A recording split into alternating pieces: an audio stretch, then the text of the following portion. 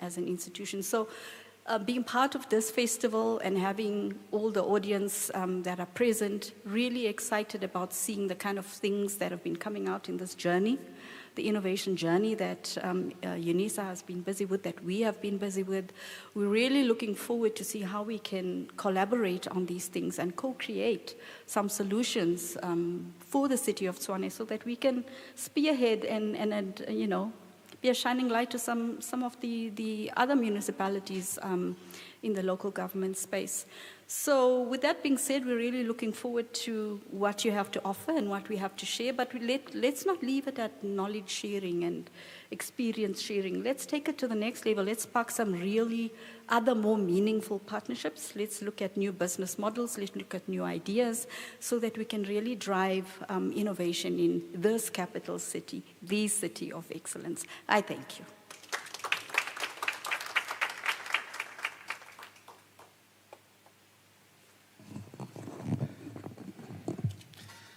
Thank you so much, Advocate Darumraj. I'm glad that you are a Unisarian.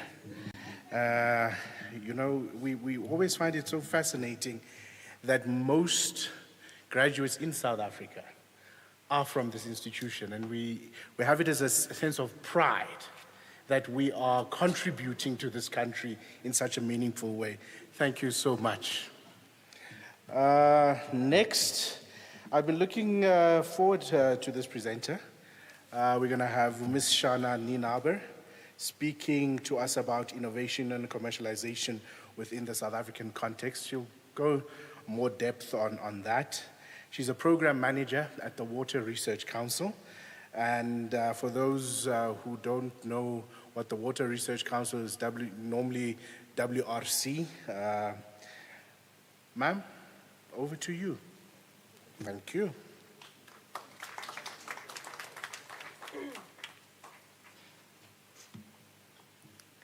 Would it be possible for my slides to project, please?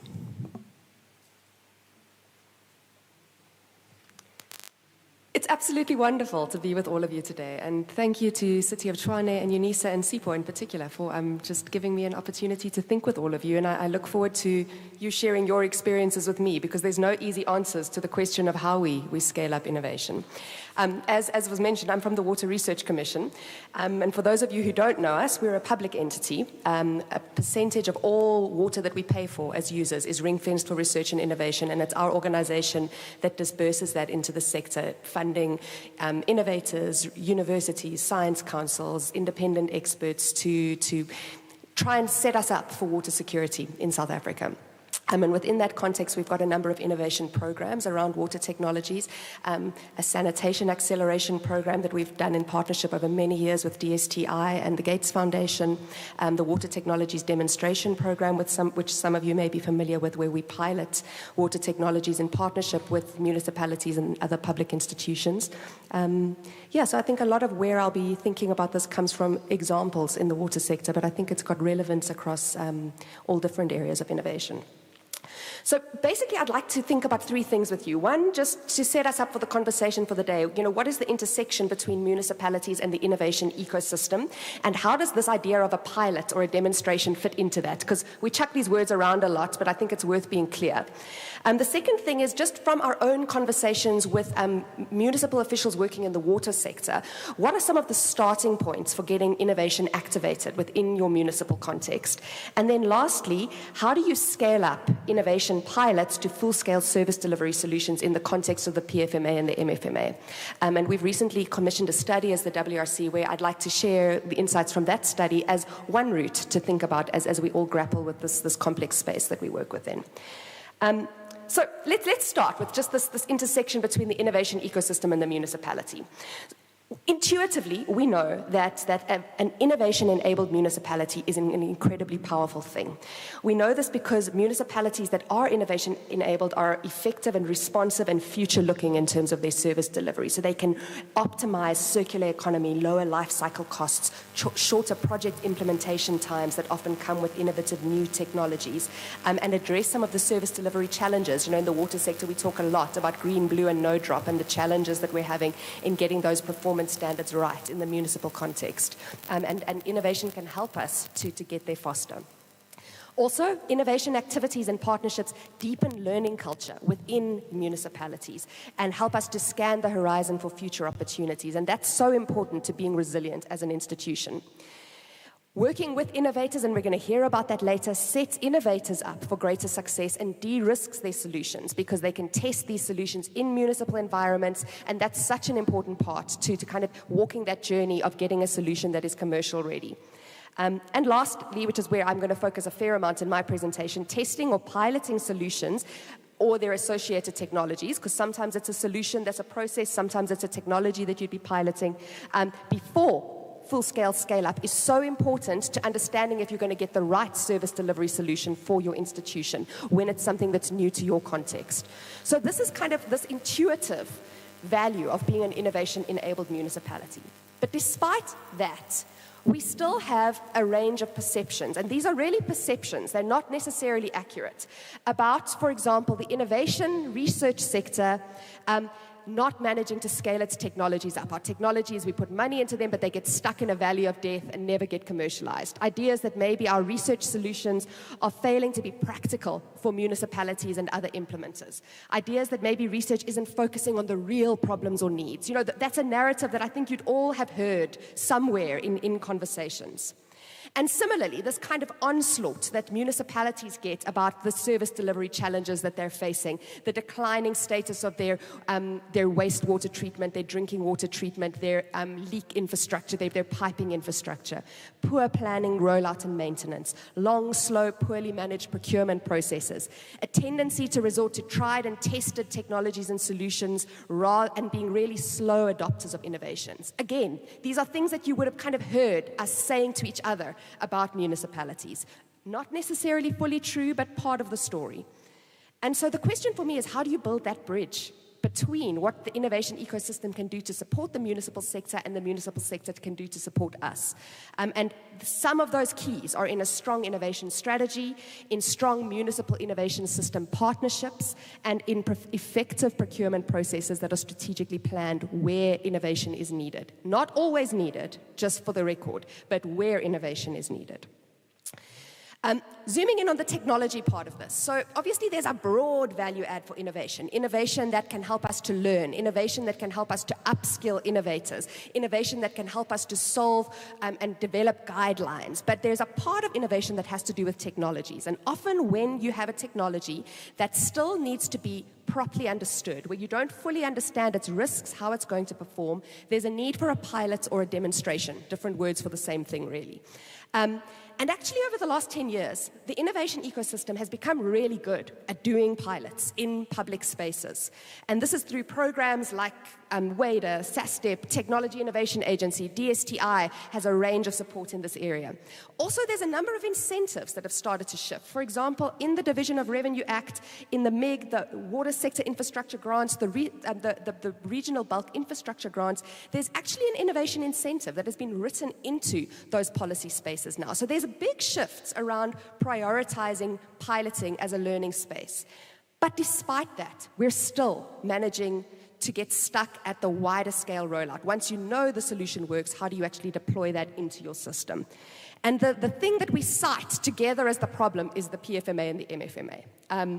And it was off of the back of that the WRC decided to commission a study to really dig into this. It was led by ourselves with partnership with the National Treasury Chief Procurement Office and SALGA, and we appointed Bosch Capital to do the work for us with a team that they pulled together to really dig into the supply chain management space.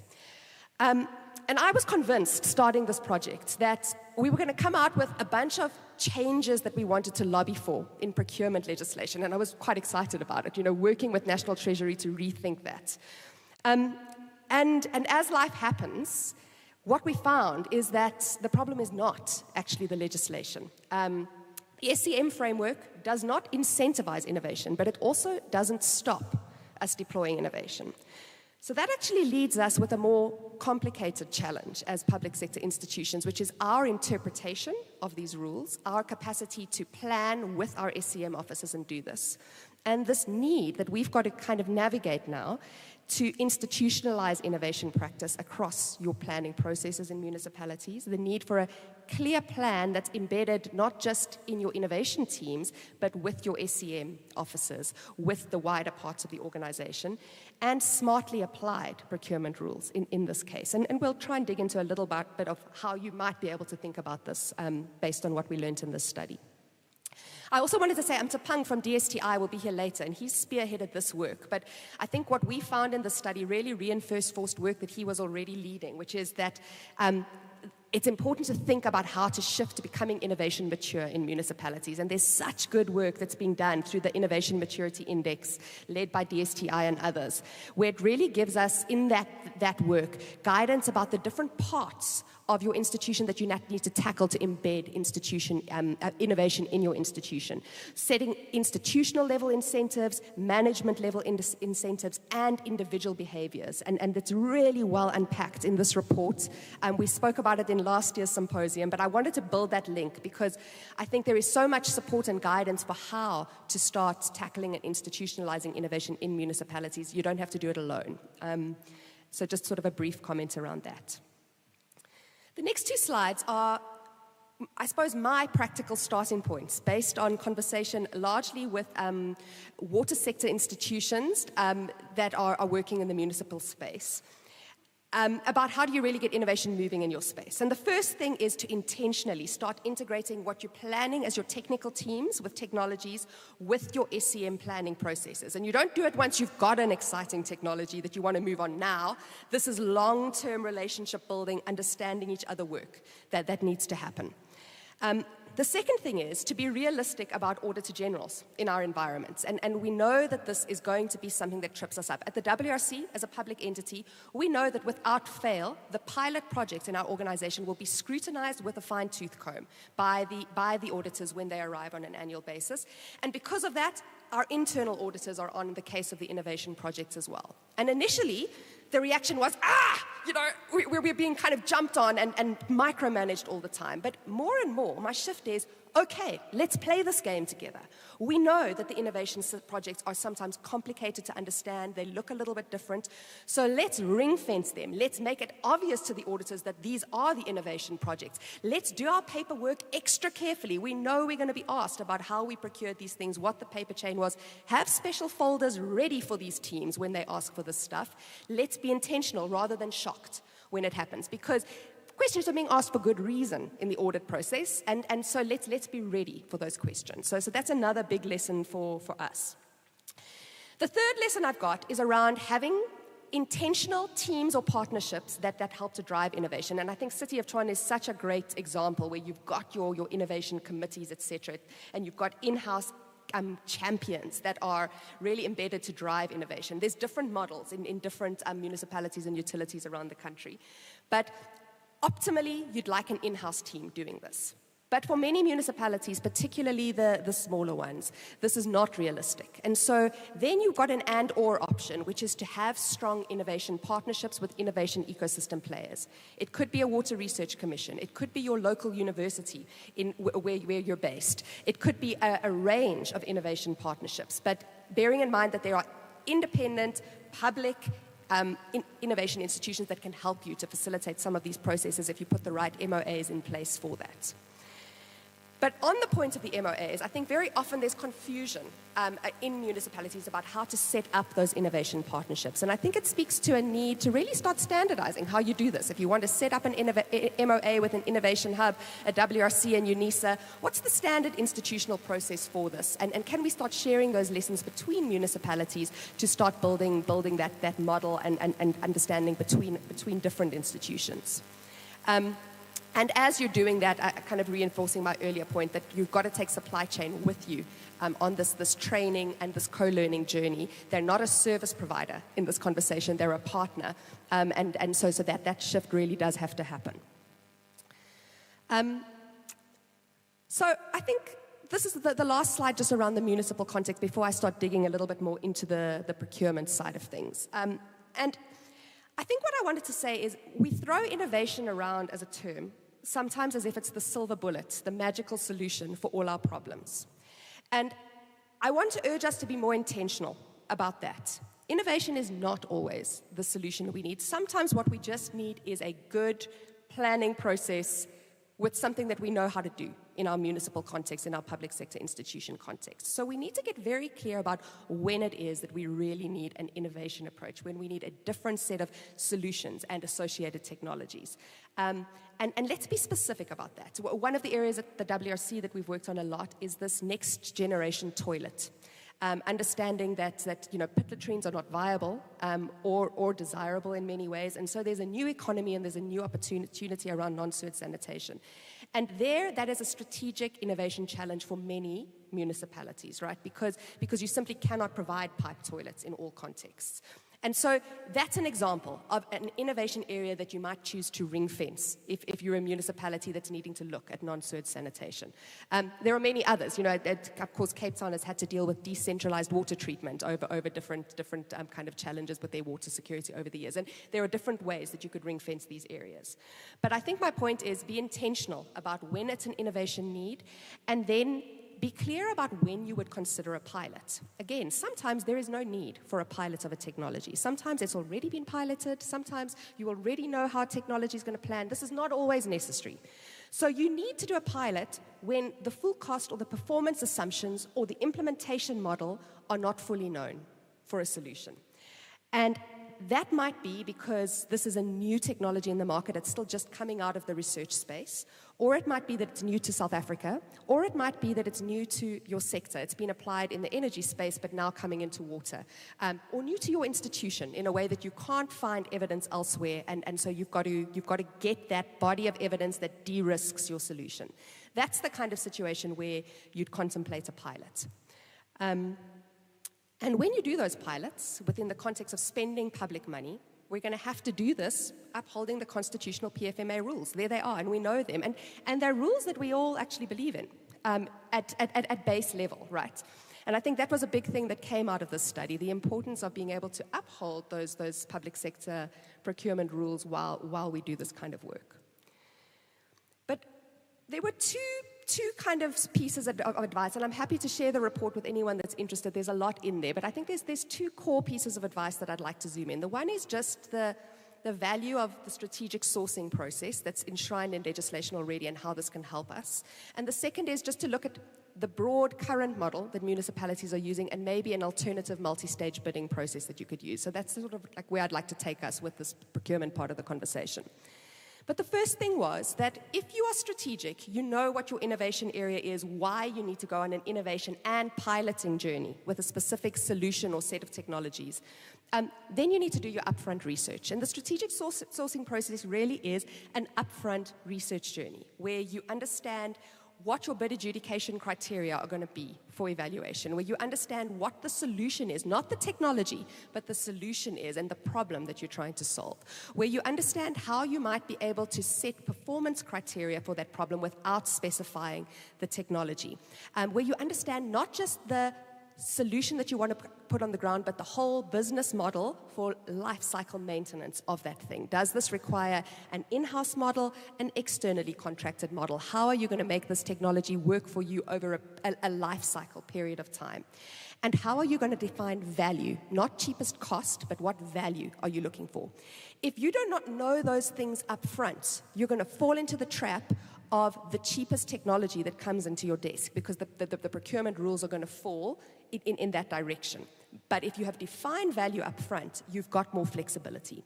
So this is something that takes time. It's something that may take money if you need to get a consultant involved to help you to do that. Organizations like the Water Partnership Office at DBSA, working with DWS, are doing great work in providing this project preparation type work with municipalities. So there are partners in the sector that can do this with you. But that strategic sourcing, project preparation process is so important for something that is ring-fenced and strategic to your institution.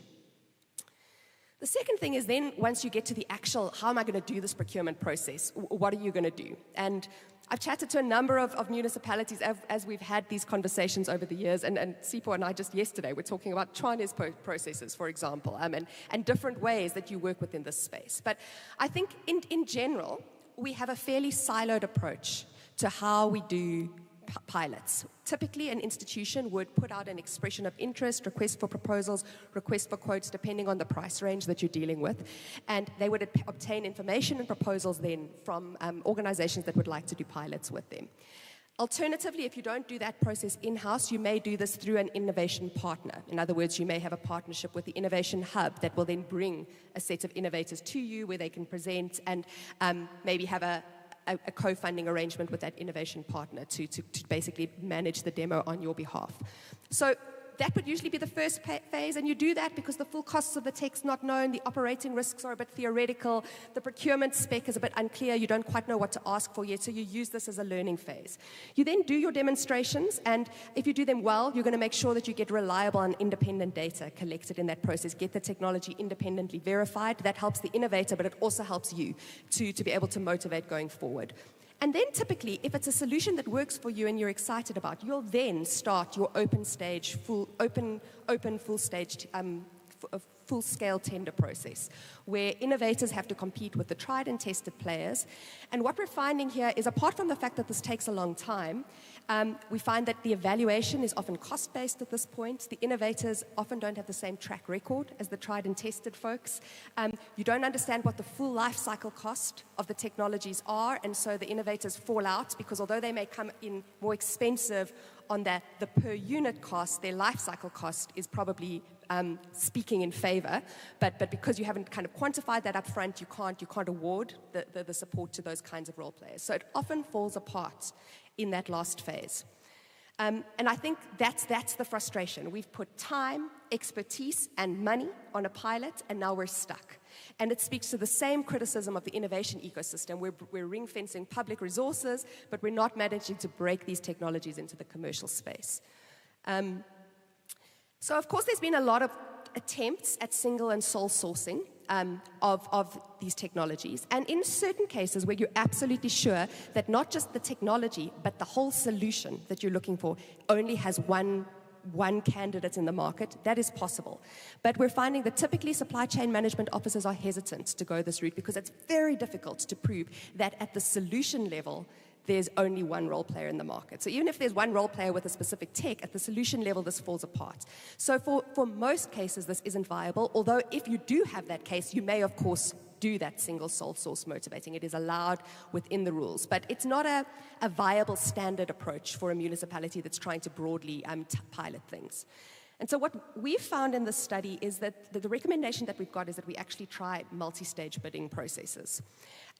Setting up a funnel, as you can see on my picture. So the first part of the funnel is your preparation phase. This is the strategic sourcing process that I was talking about, doing your upfront research. And as I said, this can be outsourced. You can get a bid preparation partner involved, and there's different ways to get that right. The second thing then is to release your call to the market. It's an EOI, RFP, RFQ, depending on what is required, process that describes the solution that you are looking for. And not just the solution that you're looking for, but the process that you'll be following to do that, which will be to say, solutions that can meet the following criteria will be allowed into a phase 1 demonstration process. If your demonstrations are able to meet the following criteria, the following implementation timelines, the following cost considerations, the following water quality considerations, whatever those criteria are going to be, if you get through all of those stage gates, you will then be invited into a closed bidding process for the full-scale scale-up of the technology, and you specify what that looks like as well. But the big catch to this is that whole process needs to be specified up front. Just last week at the Alcisa conference, we were chatting to City of Cape Town about this, and they were saying they've learned some lessons. You may have this plan, but they've made the mistake of sometimes not spelling out that long-term process, and then you're stuck. Then you've got to go at that blue competitive bidding process back to an open bidding process because you haven't warned people up front what the process is.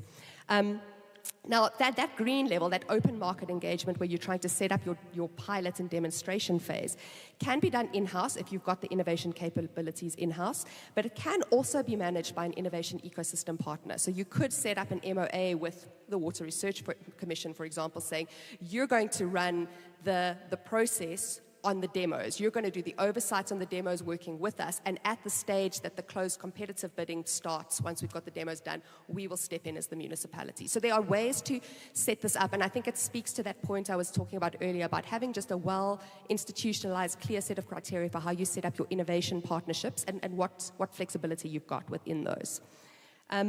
So, I mean, in a nutshell, this is actually what National Treasury, and the consultants that we were working with were saying is a kind of really a more sustainable model, rather than this case-by-case demonstration project kind of approach that we've got, for the cases where there's a strategic need. Because obviously this is not quick. This is not an easy process. It is a committed strategic process that one has to choose to do for areas that are a real priority. So this is my last slide, and excuse me that it's quite wordy, but I thought I'd draw from this Unisa dialogue, which is the meeting of the water sector institutions last week. Massive event, and we had a conversation around innovation and procurement there, but also talking to the consulting engineering fraternity, the CEO of CISA, the Water Partnership Office at DBSA as part of that conversation. And there were some really interesting recommendations that came out of this conversation. The first was that be clear which part of your business or service delivery areas require that alternative, novel, or innovative solution, and then treat those projects strategically. Get your research and project preparation done carefully on these projects, ring-fence your innovation projects within your institutions so that they are carefully managed and monitored. You can work with your auditor generals, your auditors about these projects if it's necessary. The second thing is to be clear on the value you want to achieve, and specify this upfront. So not the cost, not the technology, be clear on the value. And that requires some strategic work. And often the innovation partner is quite good at thinking about that with you. What value could you get out of a non-sewer technology, for example? Because if you can quantify value based on a full life cycle cost, that's going to help you to define the right review criteria for your BEC committee. I mean, I sit on our BEC committee at the WRC, and once those criteria are defined, your hands are tied as a committee member, even if you can see other value. So the importance of giving really appropriate and strong criteria to your BEC committee is just so important, and that requires research. The third thing is to understand your business model, not just the technology that's going to solve the problem, but how you're going to sustain that and what model's going to work. We dug in quite a lot of detail with National Treasury around, for example, this idea that you can't do more than 3-year contracts, which of course is not the case, but if you're going to do longer than 3-year contracts, you need to have the right motivations in place and plan for it. We can't be taken by surprise by this. It's an upfront, we're going to need a different business model, and thus the importance of sort of that upfront planning. And lastly, and this was taken the words out of City of Cape Town, actually, in this particular case. They said, start this innovation procurement process right. And in other words, plan for that multi-stage bidding process. Signal how you're going to do it up front, because if the communication is clear and transparent, all your boxes are ticked, and then you can roll. It's as soon as you miss that sort of starting point that you find that you've got to go back to these open tendering processes, and years of hard work can get undermined. So I really valued that advice that came out of that conversation, and I thought I'd share it with you. And I'm going to leave it on that note. I'd love your thoughts and reflections. Thank you.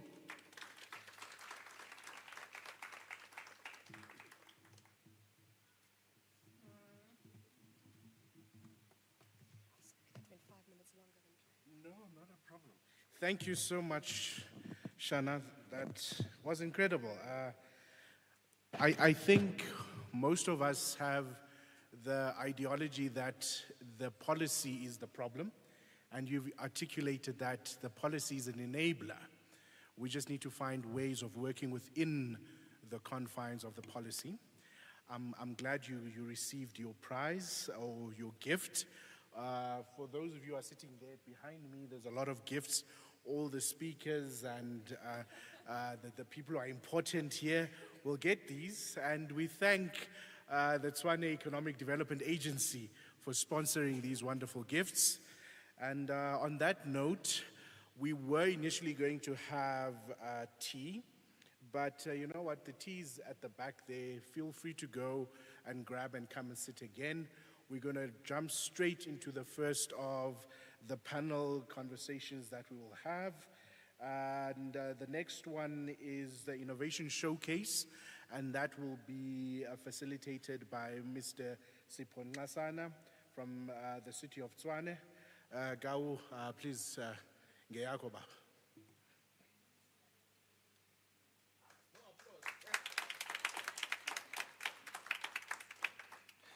Thank you very much, Program Director.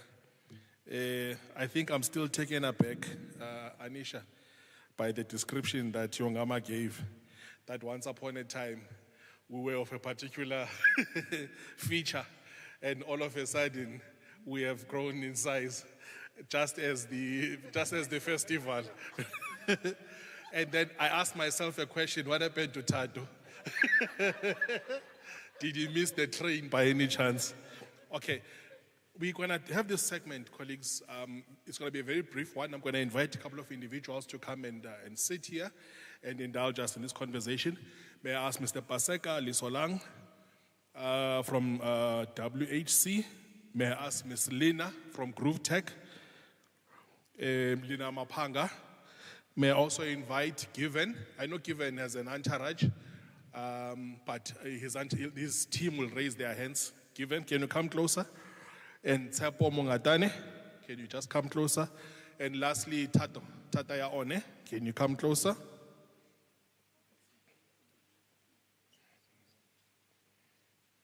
Can I borrow your roving mics?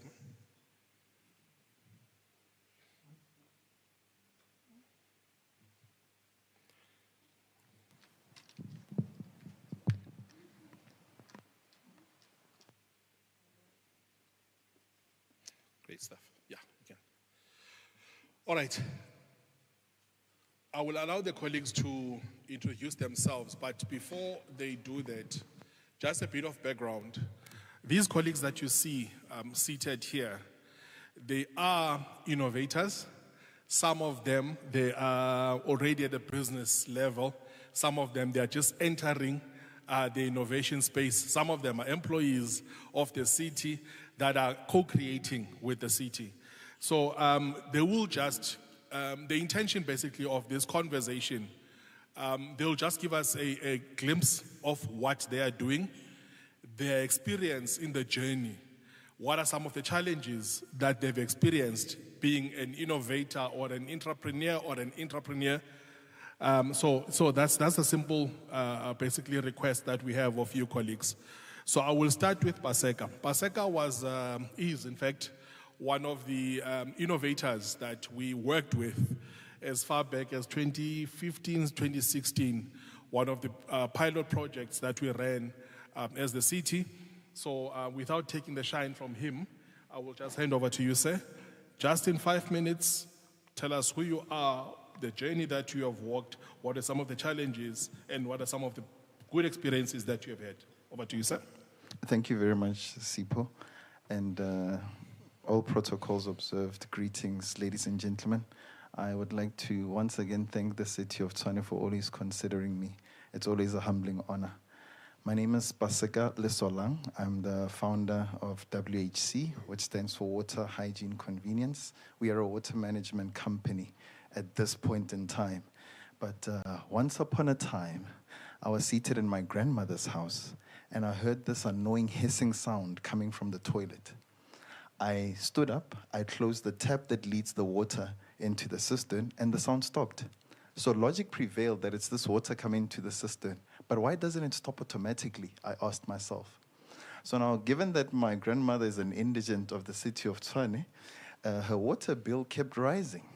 Now, the nature of that water bill, it was directly correlating to her blood pressure. So it was not sustainable. And that's when I had to do something about it. So I started doing some online research and offline research of what this could be. I came across what they call a leak detection test. If you take any colorant and you pour it into the cistern and dilute it, after a few seconds, if not minutes, if the colored water starts flowing down the pan, it's a clear indication you have a leak. Now, according to Rand Water, toilets inevitably leak. It's not a matter of if, it's a matter of when. And when they leak, they waste over 250,000 liters of water a year. So that's like 7 bathtubs full of water per day. Okay.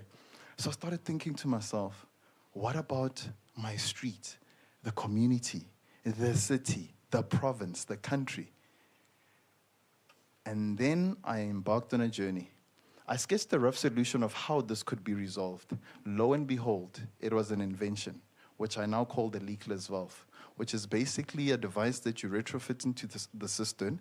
It controls the water flow, and it detects leaks, and it stops the water from flowing in the instance of a leak.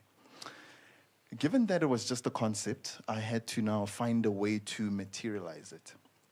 So I heard the various propaganda that by 2030 our water might be, or the next world war might be based on water, and by 2030 our water consumption might surpass a supply. And I thought the people who are advocating for this water conservation might take me serious. Lo and behold, I went to the various departments, and I wasn't received as I had hoped. Eventually, I was interviewed on a national radio station. I got calls as far as Botswana asking 2 questions. How much does it cost, and where can I get it? And that's when I noticed, wow, not only can this be my contribution to society. By the way, I'm also a Unisa student at BCom management, so I studied business, so I might as well start a business. This could be my contribution economically. And I started WHC. My grandmother allowed me to use her garage as my workshop, my office, and at times my bedroom. I started using composite materials to develop something to show what I'm talking about. Every time I went to the investors, they would ask me, where's the product? And I needed their money to develop the product. So that was my first catch-22. To cut a long story short, eventually I was supported by the likes of TIA. I managed to get a fully functional prototype, and then I got a functional demonstrational unit, and then I went into injection molding machinery, and the city of Tshwane gave me an opportunity to pilot the technology. I was given a platform of 1,000 households. We were only able to install 865 units. The difference is due to factors beyond my control, which are some of the challenges we face, which are political, which are legislature, but we can talk more about that. The pilot was a success. We managed to create approximately 20 jobs for the youth, women, and men in the Soshanguve community, and the pilot was acknowledged by one of the leading retailers in the country, Massmart. They were so impressed, they made me an offer I could not refuse. We are now they offered to patent the technology in 40 countries where Walmart operates, and as part of demonstrating the technology, we had to install it in some of their units, branches. We were given an opportunity to pilot in 21 units. We saved them over 84% of the water that they lose. Thank you.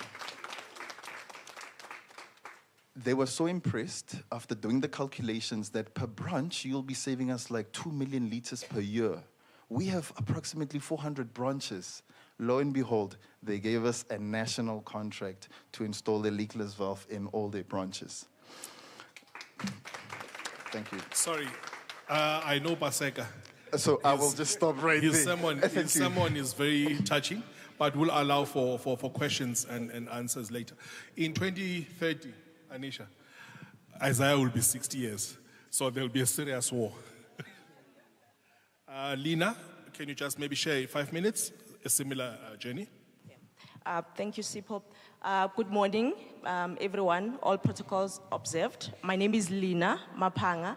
I come from a company called Groove Tech. Fun fact about me is that I hate potholes a lot. And I'm sure some of you also hate potholes. So through the company called Groove Tech, what we do, we take plastic waste and other waste materials to then produce road materials such as asphalt and crack sealant, so that we can be able to help municipalities to win the war against potholes. So potholes, when they start as cracks. Usually people don't see the cracks, they see the potholes. But to fix the cracks, it's actually cheaper than fixing a pothole. So for example, on average, you can spend about between 750 Rand to 1,500 per square meter to fix potholes. But then on the same square meter, if you had to use a crack sealant and do routine maintenance, you'll spend less than that. The cost is actually 80% less. So what we are doing at Groove Tech, we help municipalities to actually solve two problems with one solution. The problem of plastic waste. So you take your plastic waste and then you use it on your roadsides to actually fix potholes. So our solution, when you lay the road, it won't have potholes. It will have the full service life of 20 years with no potholes. We've done a few pilots with other municipalities, but we were also given an opportunity through the city of Tshwane to do pilots here. And through the back of that, we were able to then get interest from other municipalities and councils within the UK and also in South Africa. So we are running pilots across South Africa and the UK for all the materials that we have in-house. And the journey has been amazing because once you then get co-signed by a municipality, a metropolitan like City of Tshwane, then other smaller municipalities, they also come into the picture to say, can you also work with us? So that is what we have seen with the other municipalities that we are working with. But the challenge has always been, how do you then break from just running pilots and then now commercializing the technology and then getting full-scale support from some of the municipalities. But we've realized some provinces, they're actually doing better in terms of then opening those doors. But for any innovative solution to get accepted into the market, it needs an ecosystem play, from policy makers to the government departments, procurement, and to all the different units within the municipality. They all need to work together to actually make sure that this solution gets supported. So we've gotten support in terms of funding from Technology Innovation Agency, the Department of Science, Innovation and Technology, and also the UK government. They've also supported us in terms of setting up a processing facility here in Silverton. So in a nutshell, that's where we are. Okay, thank you very much, Lina. Let's pass the mic to Tsepo. And we are kicking off this pilot just on Friday with Group Head Anton Groenewald. We'll be there by Bella Ombre, that side of Pretoria. Is it west, ne? Yeah. So it's exciting times that the city is embarking on.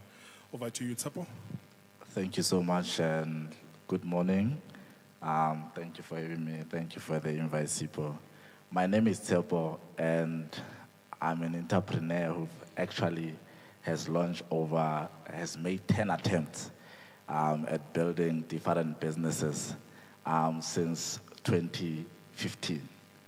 So my experience or my expertise is in navigating challenges that one would face in actually getting a business from the beginning to building a product, to getting it, doing a pilot, and then eventually commercializing. And what are the challenges or what to avoid in that process? So just to give you a few or one or two of the previous businesses that I've done. The one that I've worked with the city of Tshwane was actually my beloved. I love that business. So we've developed this children's wash basin that allows kids to practice hand hygiene in remote areas. So unlike us in metropolitan, it's okay. So unlike the people who live in the cities or where there's actually running waters, people who don't have running water cannot practice hand hygiene. And now the problem became with kids who are attending crèche and they are exposed or they can be compromised because of the type of sicknesses that are catched when you don't practice hand hygiene.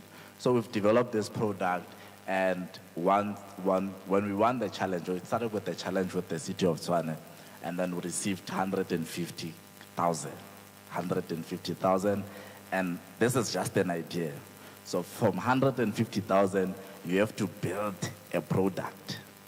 So those who understand just a mold for a solution like that was over, Paseka is my mentor, was about 500,000, the mold for the sink, right? So you have 150,000, bro. You have to move from idea to commercial product. So because of I have experience in the past, then I find ways to say, okay, how can we use existing off-the-shelf materials? That was the first step. So started looking off the internet, then we put together a product that could work. And then, so now we had like a sort of like a prototype. We did a prototype, we tested it with different, we started in clinics, and then we went to a few crèches, how the prototype works now. But now the next phase, you need to sell this thing, right? Because initially we used to rely on funding. So what we do is we validated our ideas just by funding. So we would apply to program 1, program 2, program 3, until program 4. It's okay. So what we did was that in the previous businesses, we would actually, get money and then start building the product and innovating. So we'll be trapped in this endless innovation cycle.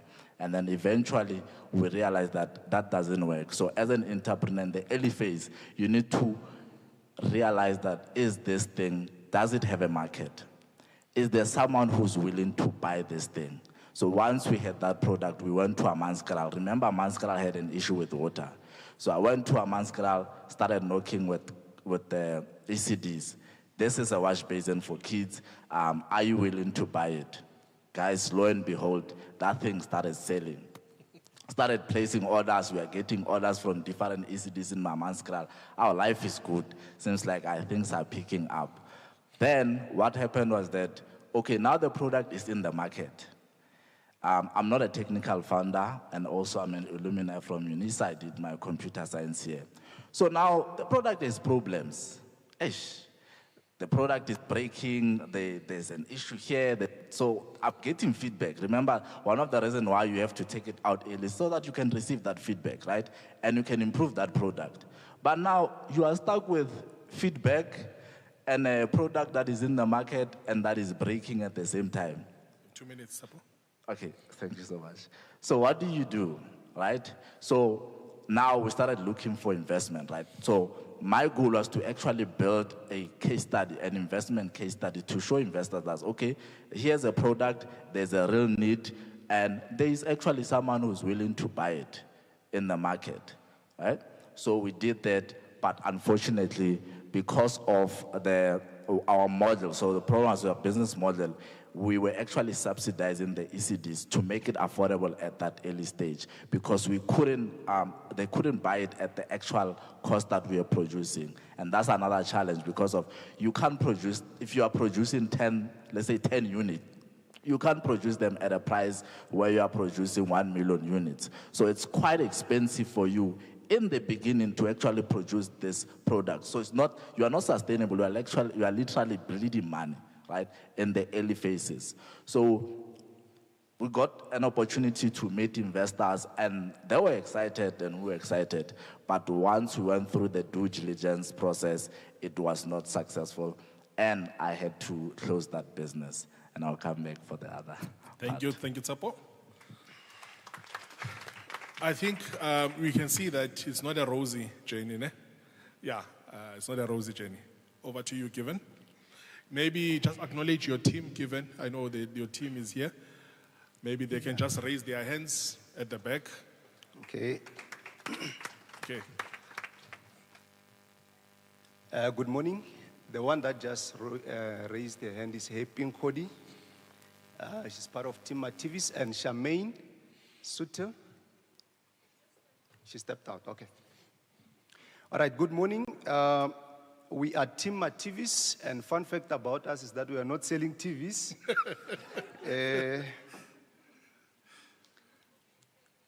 We are innovation patrons of the city of Tshwane.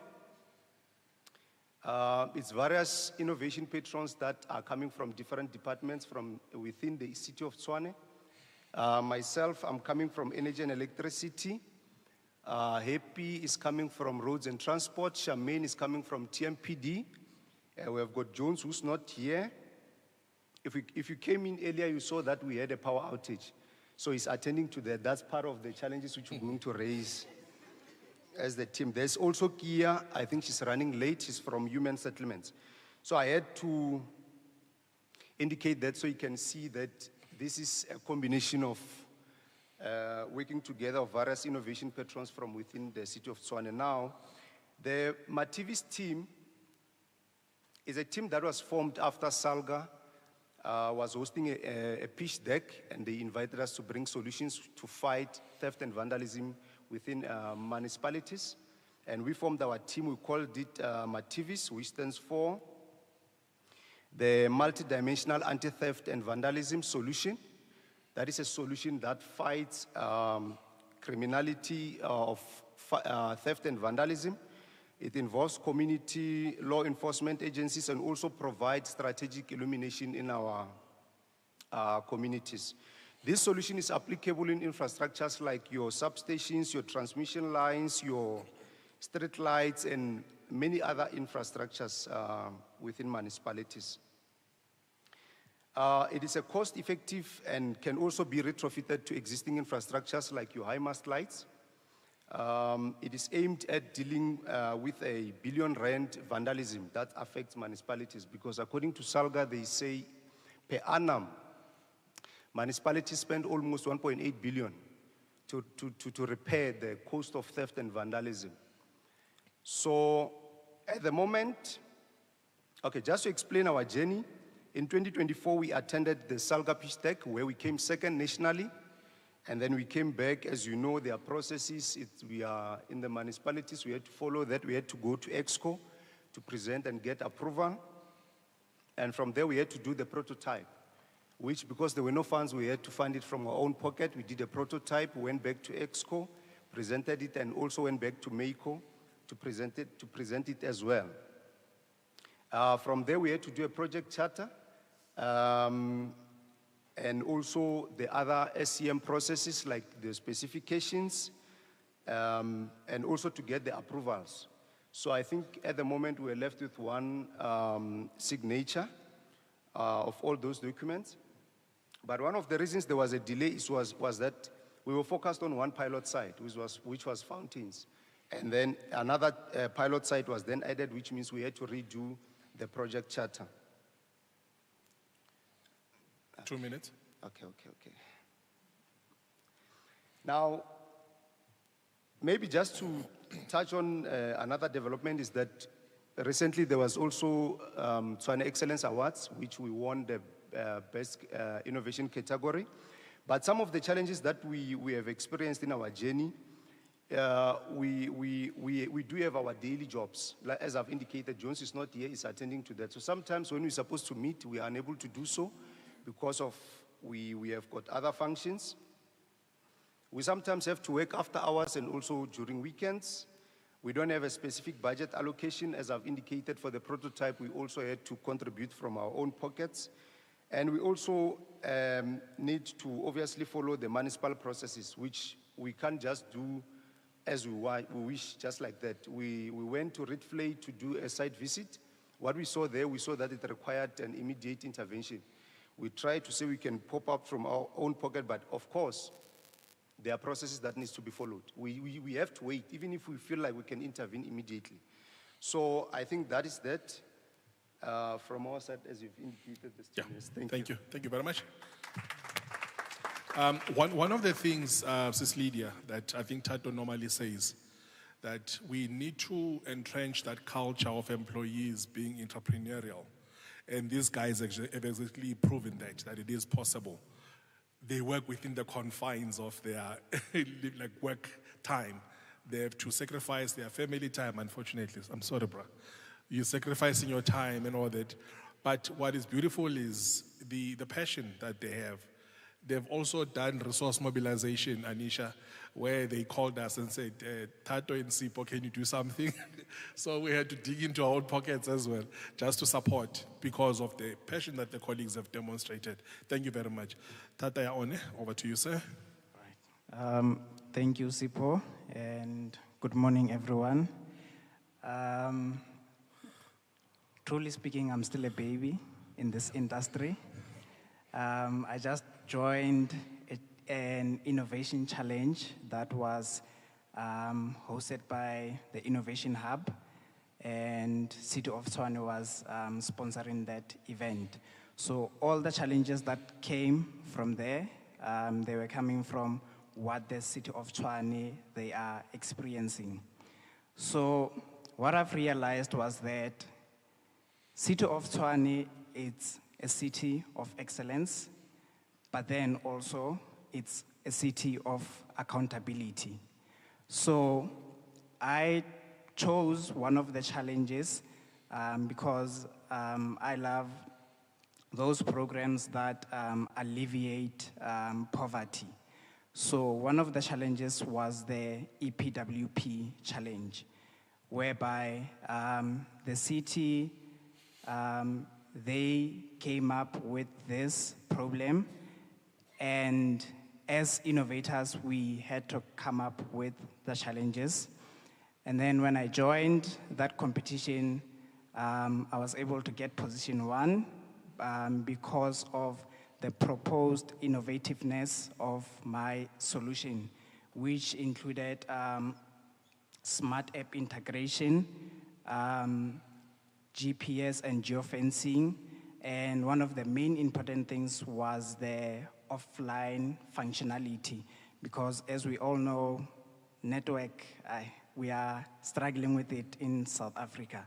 So after that competition, then I was incubated by the Innovation Hub, and they told me that we are going to work alongside with the City of Tshwane so that innovation or like that system can be used by the city. And most of the time when I get a text message or an email from Sipho, then yeah, I'm always getting a headache. But then I was like, okay, if I don't respond, then I'm also running away from accountability. Let me respond so that we can actually start piloting and start using the system. And then, yeah, that is actually my journey so far. One of the challenges is that I have to travel all the way from Lichtenberg, Northwest, to come here for some of the things like the meetings and all that. But I do make time. Always fighting also with Sipho again when it comes to availability. But I try by all means to make time. And yeah, I'm so happy and glad for this opportunity that Sipho gave me, and glad to meet with some of the colleagues. And when I was coming on my way here today, my sister, there were a lot of potholes. So I'm glad that I got the opportunity to meet with some of like people like you. Okay, thank you, sir. I think it's important to mention that he's a student from Sfakomakhatu Health Sciences University. He was also one of the people that participated in one of the Innovation Challenge competitions that we ran. I think he came number 1, and then there were others from other universities. Responding to a call that we got, I think it was last year, when EM, when she was still deputy mayor at the time, ne? Yeah. She said, there's a problem with EPWP. Can you find a way to solve it? Then we said, okay, guys, here's a problem. Please figure it out. So he was one of those people that took up that challenge and came up with a system. One of the mentors, Lisiba, is here, who's helping him build the system based on the specifications of the city. So already this is an investment that we're referring to say, how do we bring in a person like Tataya One, who's just a student, who built a system blind. He doesn't know what kind of system does the city have, but he built something that spoke to some of our pressing challenges. That is why we've allocated a mentor so that he will help build something that is going to be fit for purpose. So the reason, colleagues, we had invited these colleagues here, they've entered the innovation journey at different entry points. Paseka came in as a person who was bothered by the toilet making noise, but he has matured over a period of 10 years to be the Paseka who speaks so eloquently about these solutions and about the problems at large pertaining to the one resource that is very limited. What is different between Paseka and Lina? Lina is already in some way halfway through the journey. She's testing a product, she's meeting with investors. Some of the things that Paseka has already experienced, probably if they were to exchange notes, they'll probably have a very constructive conversation. When Tsepo started his building his solution, one of the ECD centers that we took him to was Paseka's grandmother's crash in Attersville, Kgorong. So we were doing a demo there with kids washing their hands. We were like, yeah, this thing works. But little did we know that Tsepo will have issues along the way. Issues that would force him to come to a decision of reprioritizing his business and saying, can I put this one in abeyance and focus on other things? Maybe I'll come back to it. And why I'm mentioning this, because as I said, the journey is not always rosy. Some will fall off along the way. But, you know, the beauty, when I was talking to Tsepo last week, he was saying, had I not gone through these innovation competitions, I would not have the kind of business acumen that I have right now. So which means there's an ROI of some sort. I know Isaiah speaks about value. What value do you derive out of this? But the mere fact that a new person was built out of this process, I think is what is admirable. If you take Given and the team, it's people from different parts of the business. When they came to the city, they were employed to do what they are doing. And they're still doing it very well. That's why Jones is not here. But they said we can't sit and not look for solutions that will help the city to grow. If you remember Anisha's speech, she was talking about the city being the city of excellence. This is exactly what we're trying to entrench. To say, as employees, let us look around and let us be bothered by what is happening in our organization and see how we can improve it better. Tataya One is probably doing medical sciences. You're supposed to be a doctor or something, but you are busy solving issues of EPWP. That's what we want, patriots. All of these guys seated here, they are bothered by issues that are affecting us as citizens of the city, as citizens of the country. Maybe I'll afford you guys 1 minute now to say something in conclusion, even if you say thank you, Sipho, for giving me headaches. I'd appreciate it. But maybe as your closing remarks, this is your opportunity, colleagues. Over to you, Paseka. Thank you very much. Colleagues, we make this look easy. I was just forced to cover 10 years in 5 minutes, and I still cut short. So you can imagine, in 5 minutes, Sipho, you know what we've been through cannot be explained. I would like to give gratitude to the City of Tshwane team. Tato, among others, is one of the early people to believe in me to get me to this point. I believe this is not my occupation, but rather my vocation. So it's important to find a why. There are many times when I wished I could just give up and just find a job. And I've been advised accordingly as well. But every time I thought of that, something would come up. Another competition, another grant, I'd move from one step to another, which validated that there is a reason for this innovation to exist. And lo and behold, here we are, a multinational award-winning company, creating jobs, saving megaliters of water for our country and other parts of the world. So I appreciate the opportunity that the City of Tshwane has given me. Had it not been for the platform, I would not have been acknowledged to create this impact. So thank you once again.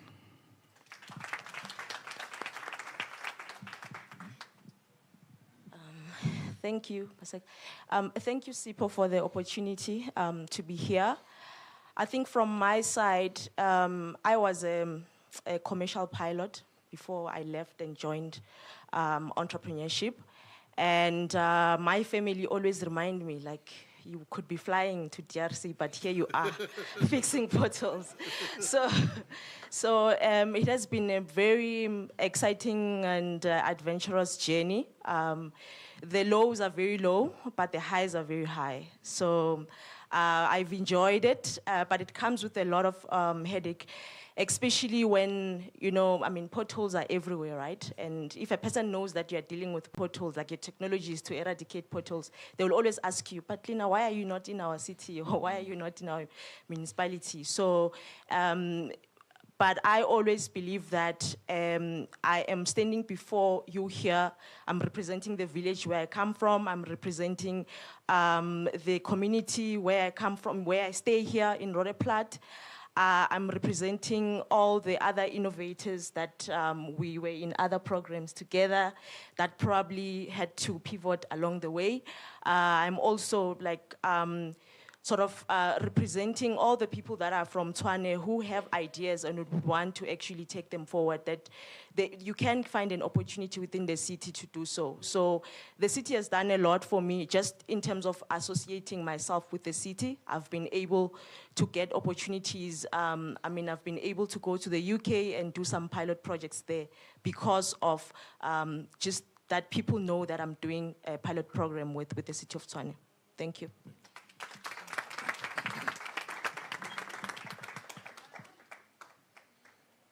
My parting words, entrepreneurship is not easy. It's a very difficult, lonely, depressing, and financially problematic journey, because you have to balance between, I've always been a breadwinner at home, and you can imagine for someone who has 150,000, working with that over 3 years, building a product, commercializing it, and taking care of a family of 6. That can be really mentally stressful. So what you need to do is to, when you start, for example, I said, it's not easy. Out of the cohort, we're 12 when we won. All of us, we got awards, 150, 100,000. But I spoke to them before this week. I called all of them and I asked them, guys, where are you? And I was the only one who was commercialized out of that 12. So you can imagine, and not because they didn't want to, and all of them had great and brilliant business ideas, but this journey is very difficult.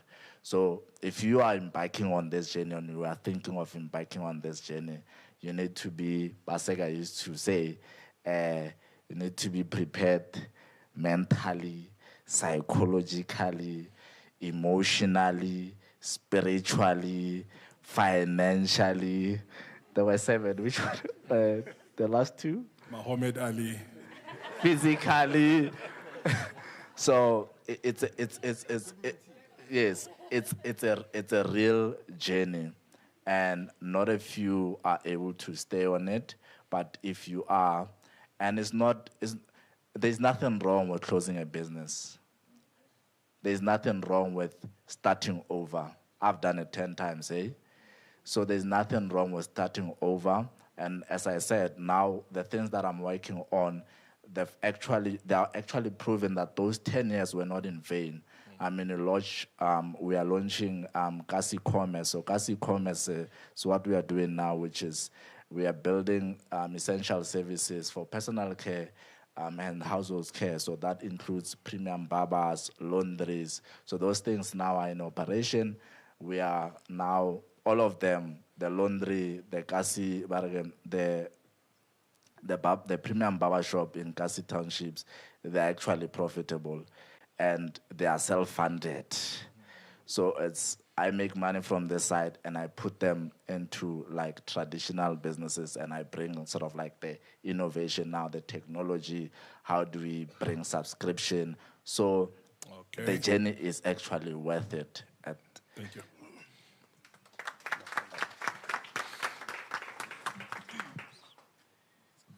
No, thank you.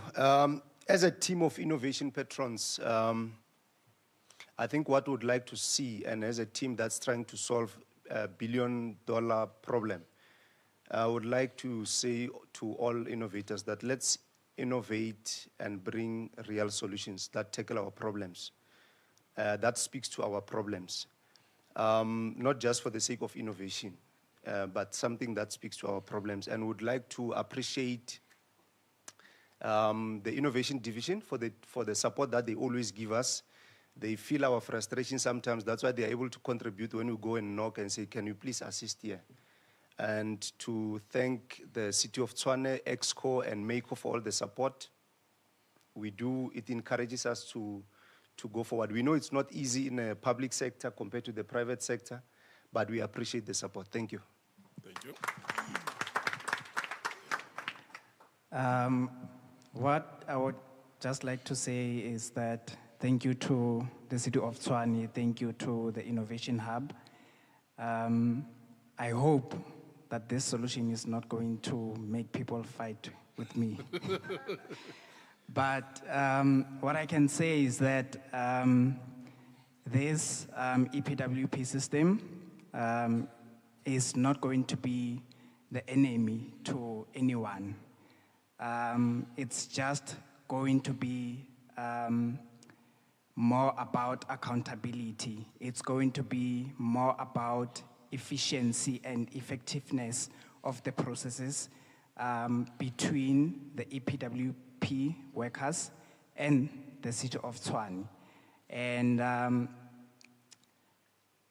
I thank the City of Tshwane, and I hope and I pray that what I'm going to gain here, it's not going to be only technically or systematically, but then also I'm going to learn more about the business. I'm going to learn more about being the owner of something, at least in this life. Yeah. But then thank you to the City of Tshwane, thank you Sipho, and thank you Dr. Shuping. Okay, thank you. And I'm glad you eventually called Tato because he was going to be very jealous. Like, everyone is saying thank you, Sipho. Yeah, thank you, colleagues. I'm going to hand over the program to Yongama. I got worried, Anisha, when Tsepo was talking about the barber service. Everyone was looking at me. Maybe you need one. All right, thank you, sir. Thank you. No, thank you so much to this wonderful panel. If that is not an indication of the deep culture of innovation within the City of Tshwane, I don't know what is. These innovations, big and small, improve service delivery, give improved efficiencies, and more importantly, enhance the quality of lives of the citizens of Tshwane. I commend you as a city. We're doing well with time, and again, there's more snacks at the back. Please feel free to go and get something to drink or something to eat. We're going to continue with the session. The next one will be facilitated by Ms. Tabisa Bungwana, and she's got a host of very interesting people that she's going to bring to the forefront to be able to speak to us a little bit. I'm going to do something that I didn't get to do in the previous session. Just before they come up, were there any questions that the audience had for Shana? We never got to do that. We never got to give Shana a chance to ask any questions. So I'm going to take 3. Is that fine with everybody? So, ma'am, you'll be first. Sir, at the back, you'll be second. Any last takers? There we go. 3 questions for Ushana. We'll give you a roaming mic, and please do to come front. Thank you. Yes, thank you very much. I was very excited to see your presentation.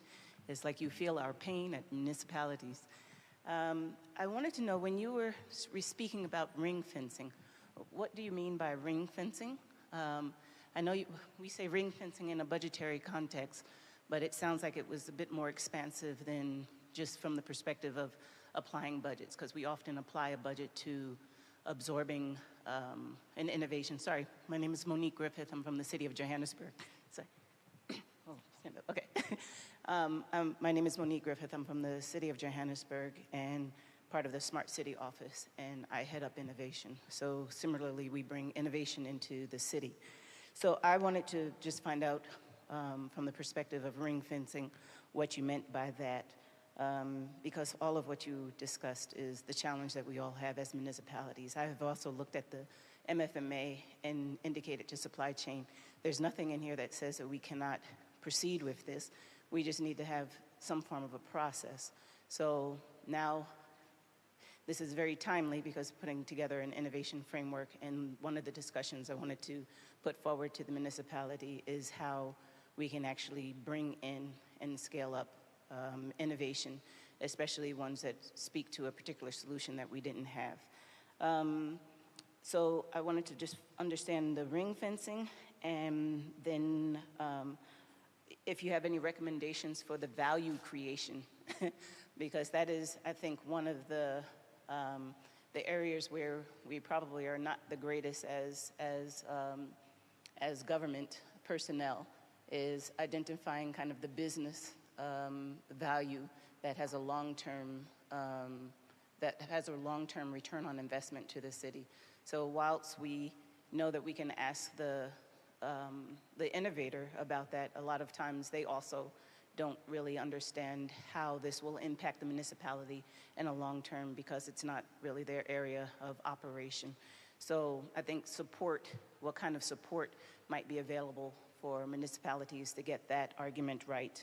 And lastly, I think you mentioned a document, so if we can get access to that research, because as I indicated, we're putting together an innovation framework to help the municipality change its culture and to understand how this can actually happen and to create guidelines for it. So I think it's very timely, this discussion. Yeah, and I don't have my glasses on, so I can't actually see my notes, but that's sufficient. Thanks.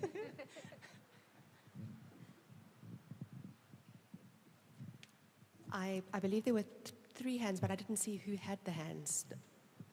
Excellent. Perfect. Thank you very much. I actually was impressed by your presentation because I'm from the city of Tshwane, Thabisa Mbungwane. I'm one of those people who have been complaining about the PFMA and MFMA and how it doesn't enable us to procure the same innovations that we invest in as government. And I saw you, there was a bullet when you were saying smart procurement. And I wondered what smart procurement can be because, our SCM officials are the most bureaucratic and the most strict and people that don't want to innovate at all. Now, I hope there's no SCM person here.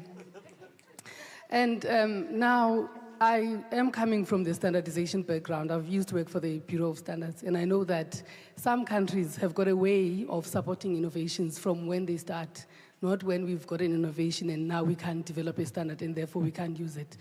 I was wondering if perhaps the study did look outside South Africa to look at how we can do things better and more efficiently, because what you explained is a process that really will take time. And some of the problems we have as municipalities cannot afford to wait for 3-4 years before we solve them when we've got solutions in front of us. So my question is, did you go beyond South Africa? If not, would you be willing to do that perhaps and look at how other countries do it so that we don't wait for 10 years to get to use the innovations that we invest in? Thank you. Thank you. Thank you so much.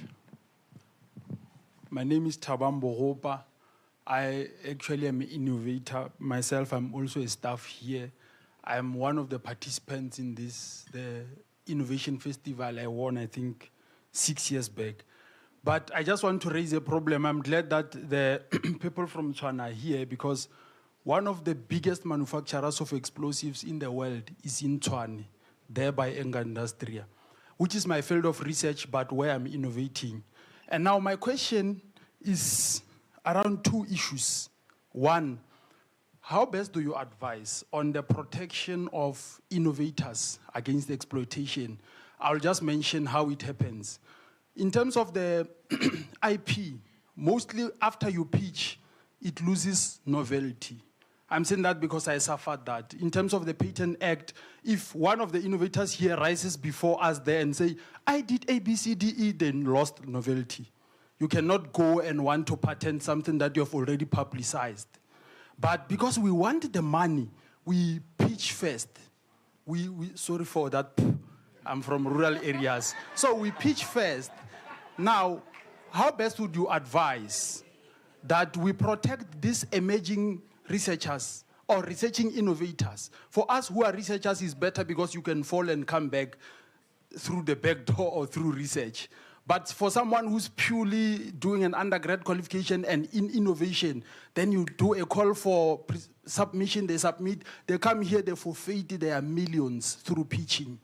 When they have to now go and present it elsewhere, when we search, we say, this thing has been reported to have been presented at Unisa on this date. It's no longer novel, or it's no longer, it's public knowledge. What are you protecting now? So that's the first one. And which one is the second one? Okay, the issue of protection against giants. You can understand I'm a small fish in this largest sea of explosive control. Now, wherever I go, I compete with giants. Giants of giants. Giants who have software engineers who could, well, I'm still pitching, mock something for their bosses to say, can you please just do something like this, and so that we can file it today. By the time he sits down, we should have tried to file online. So how best do you advise that the institutions, Tshwane Agency, Unisa, and others, to protect these emerging entrepreneurs against the poachers, but also against wavering their multi-million worth of ideas? Thank you so much.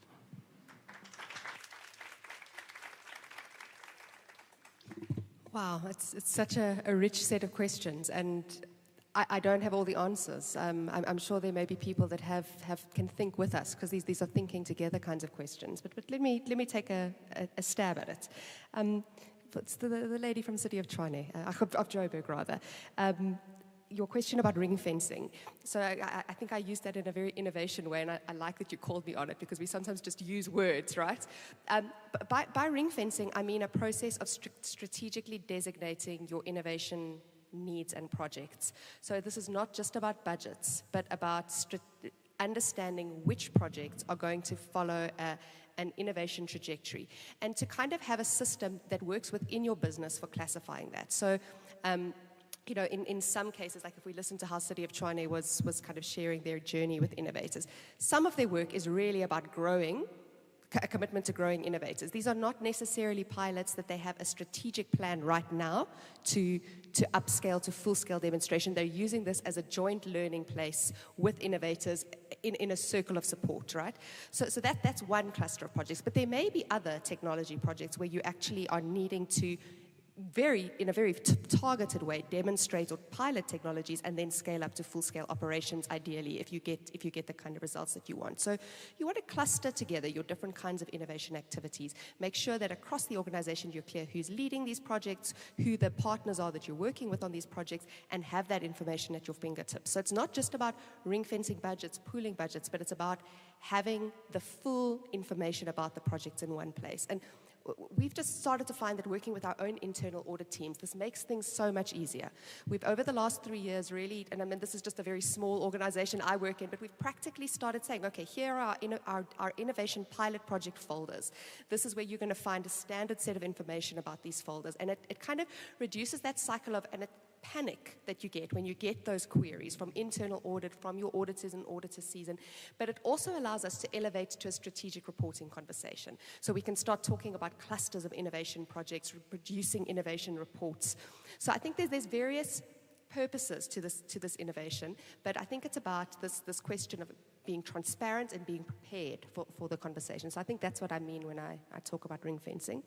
In terms of value creation, I almost want to say that the term value creation needs to be very challenge specific. So as I've come back to this non-sewage sanitation example multiple times, and there, you know, working with, for example, the SASTEP program, that is an innovation program funded by DSTI and the Gates Foundation within the WRC. We've worked over a number of years to define the value that non-sewage sanitation can bring in terms of a different kind of life cycle cost around technologies in terms of shorter time to deployment, in terms of technologies that are maybe at a small enough scale that they don't need to go through the same approvals that bulk infrastructure needs to go to. So you've got different timelines for implementation for these technologies. So there's different tenets of value. There's both the social value of the non-sewage sanitation alternative. There's the economic value in terms of the business model that sits with sanitation toilets. There's the value in terms of time to market, to time to deployment of your solution. There's the value maybe in terms of full life cycle cost, but it's specifically in the context of a reimagined toilet that we determine that value. So I wouldn't do this generically. I would invest upfront in those strategic areas that you've got a challenge to define value, and work with your innovation partners to kind of get those criteria right. The document I'm very happy to share with Sipho, and you can just distribute it to everyone. Everything that the WRC does is publicly funded and publicly available, so I'm really happy to share that.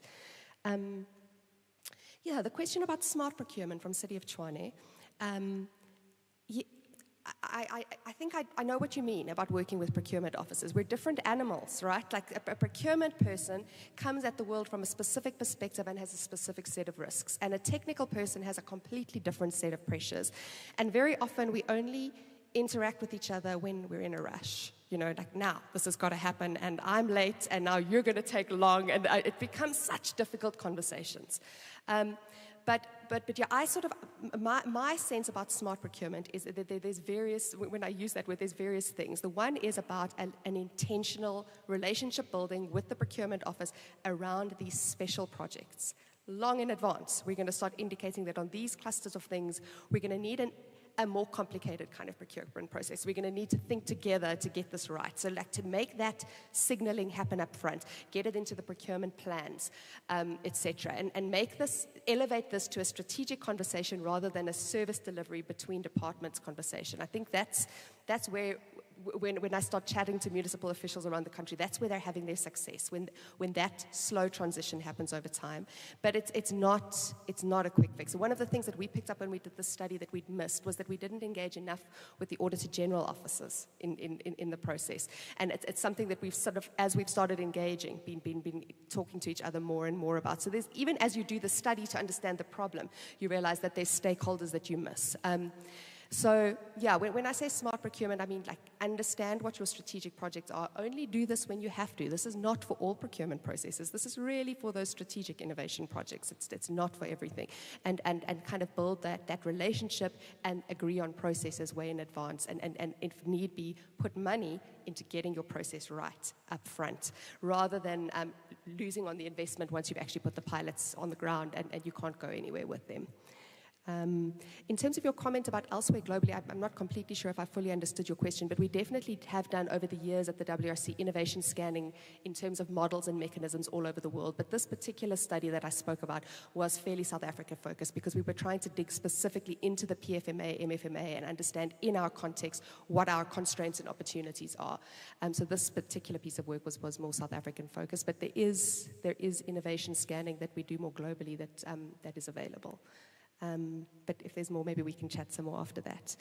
The comment from our innovators around IP, I think it is so important. One of the things, I mean, the WRC is, for example, an innovation funding agency, and it's something that we've had to think intentionally. You know, for example, when my colleague who puts out the water technology demonstration program calls, you obviously submit a proposal, but then are shortlisted and are invited into a pitching session. There's a panel of municipal officials and innovation experts there, and that's how we choose our contract. So the pitching is a very important part of how we resource innovation and tech upscaling.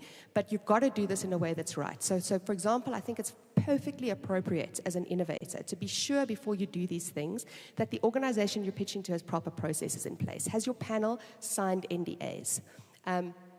Is there proper IP support in-house if I move into your program? You know, do you have a technology transfer office? Do you have an IP specialist? These are questions that I think are like really within your rights as an innovator to ask. And if they're not there, it's not a disrespect to then walk away. If you're speaking in spaces that don't feel like they're protecting your IP. But the second thing is that sometimes and maybe this is easy for me to say because I'm not on that grind of being the innovator themselves, but sometimes I experience early innovators as being obsessed with the IP side of the conversation, when actually collaboration would be much more powerful. So one does need to be sensible about that, because in the end of the day, more often than not, IP is not the thing that's going to get you to break in the market. It's going to be having strong business partners, it's going to be having strong technical partners, it's going to be your capacity to partner with the giants sometimes rather than compete, depending, of course, on what you're doing. And so, yeah, I think having a mentor to reflect on what those trade-offs are. When am I going to talk because it's strategic, and when do I need to kind of hang on to it is really, really important. It's a conversation we had at the Alcisa conference last week with the consulting engineering fraternity, because part of what I was asking them in the context of this procurement work is, what is it going to take for you as consulting engineers to pitch a municipality a sexy proposal, an innovative proposal? Because so much of what you're doing is just tried and tested. You spew out the same thing with the same specifications because you're in a rush, you're used to making money in this way. So what draws you in? What makes you partner as the consulting engineer putting that proposal in with new role players on the market? And so this conversation about the importance of the spec and what you ask for, the specification, but also that can shift behaviors in terms of the big players actually partnering with other players in the process. So it's not always that you have to be the lead on a specification to break into these processes. So, but those are all strategic business choices for emerging innovators, and so I think having the right mentors to reflect on those trade-offs is so important. There's not a clear answer here. Yeah, so I'm sure there's many other answers to your question, but that's also what occurred to me. Please, that would be great. Thanks. Thank you. My name is Hamilton Pidi. I'm from the University of Johannesburg. Yeah, I think you addressed the first aspect of pitching, that we always advise at Technical Transfer Office that you have to have NDA in place before you pitch. That's very, very important, because you can still go to the patent attorney or patent office to file your patent. But the second part is that you can actually seek advice from your tech transfer office to pitch your invention without divulging the technical aspect. And then you can be able to pitch. And especially if your invention is innovative, it's novel, inventive, it means that no one will crack it. So you can be able to pitch without divulging technical aspect. But that's the last option that we give you. But the first one, to have confidentiality agreement to help you. Thank you.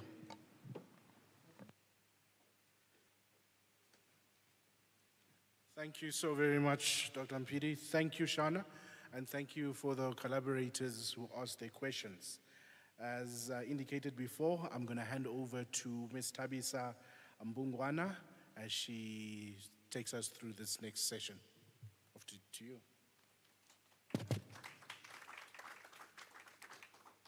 Thank you very much, Program Director, and good morning, everyone. All protocols observed. As indicated, I'm from the city of Tshwane, from a division that is responsible for partnerships, for establishing and managing partnerships for the city of Tshwane with various stakeholders. I must say that even before I call my panel to join me, that the stories that were said by the innovators here are the stories that make me realize why I love what I do and why it's beautiful to be South African, because we've got so many committed young and old people that do innovation even when there's no guarantee that they'll make money out of it. You've had colleagues that are saying they even were funding this from their pockets. We don't get paid a lot of money as municipal employees, but the colleagues did decide to take money from their pockets to fund this because they can see the value of innovation in improving the lives of the residents of Tshwane and the people of South Africa. So for that, can we please give them another round of applause? And the topic we are going to discuss now with my panel is about funding for local innovation. You've heard from what the innovators were saying before, and I think Shana, when she was speaking, and even Anisha, funding came as one of those issues that we need to deal with. You know, again, I've just spoken about people that have had to use their own money.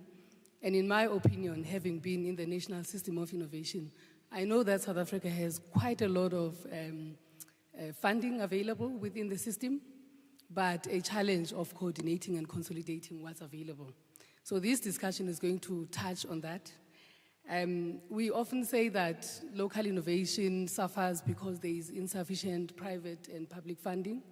A recent survey by the HSRC revealed that a lot of R&D funding in South Africa comes from government, meaning the private sector still has to play their role in supporting innovation in this country.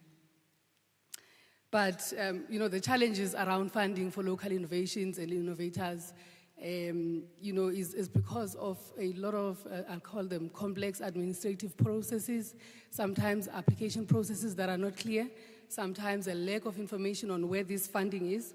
But at the center of it, there's also the bureaucracy we were talking about earlier.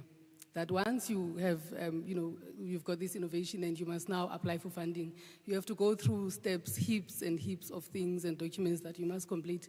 And from what the innovators were saying, I don't think they always have the time to do that.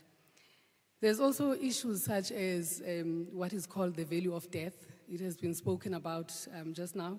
From doing this beautiful R&D that we fund as South African government, now getting that now to commercialization becomes another challenge where most innovators lose hope and perhaps do not proceed. And I've spoken about poor coordination and having pockets of this funding sitting within different institutions. But to help us navigate through this difficult challenge that I think we can solve together in partnership, I'm going to invite my panelists to join me. First, I'll invite my former colleague and good friend, Mr. Brian Patlele from Tulip Energy to join us. And then I'll invite Ms. Cheryl Jacobs from Resonate to also join us. And finally, Ms. Refilwe Sikutu from the IDC.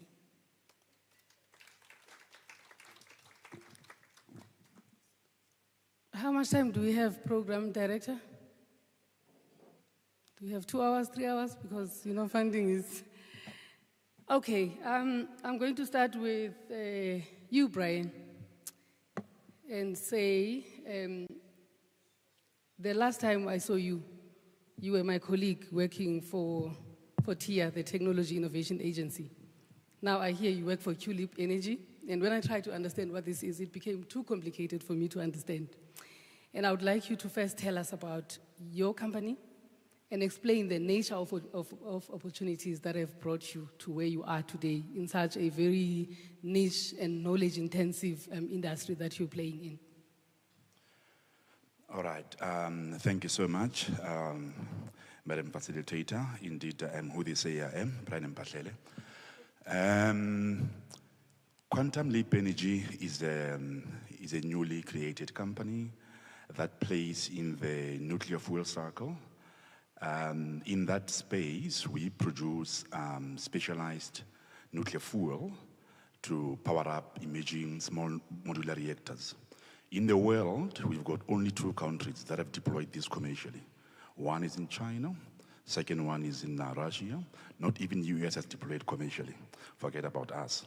So our intention is to produce this specialized fuel and basically supply global markets. But we also backward integrate in the sense that to produce this kind of fuel, you need to have uranium in the form of U3O8 for the chemists in the room. We call it yellow cake, which we can convert to uranium hexafluoride, UF6, which becomes the input in our production processes. That's as far as we go on the backward integration. But the question is, how did I position myself for an opportunity like this? Let me answer the way that I want. Every serious country in the world has hallmarks in terms of its economy. Now, if I talk about Japan, we won't argue about what the hallmarks are in terms of sectors that drive that Japanese economy, the automotive, et cetera, et cetera, et cetera. If I go to South Korea, again, electronics and chemicals. So we have to have the same as a serious country.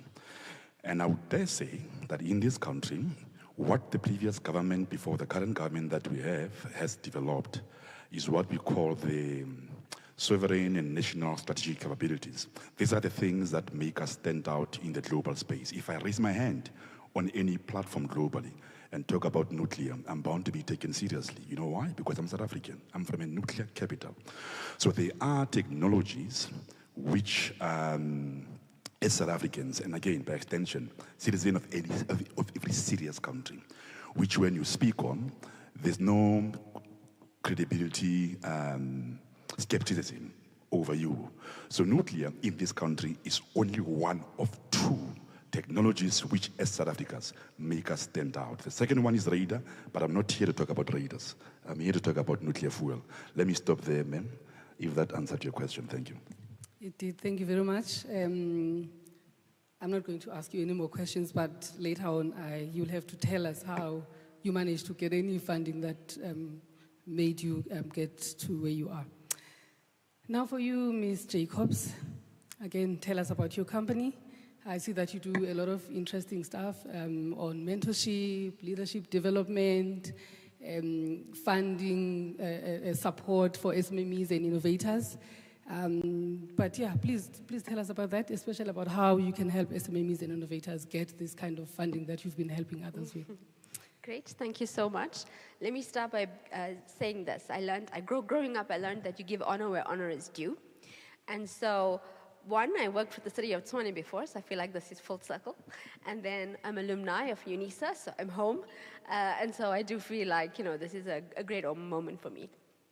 My name is Cheryl Jacob. I run a company called Resonate. It's a consultancy collective. We work across the continent. We have consultants in Tanzania, Kenya, and other parts of Africa. And we started in 2014. I took a little break from 2019 to last year, and I worked for an investment company called E Squared Investments, which is part of the Alan Gray Group of philanthropies, and I spent a lot of my time investing in social innovators. So you should know the panel before me just set my heart alight.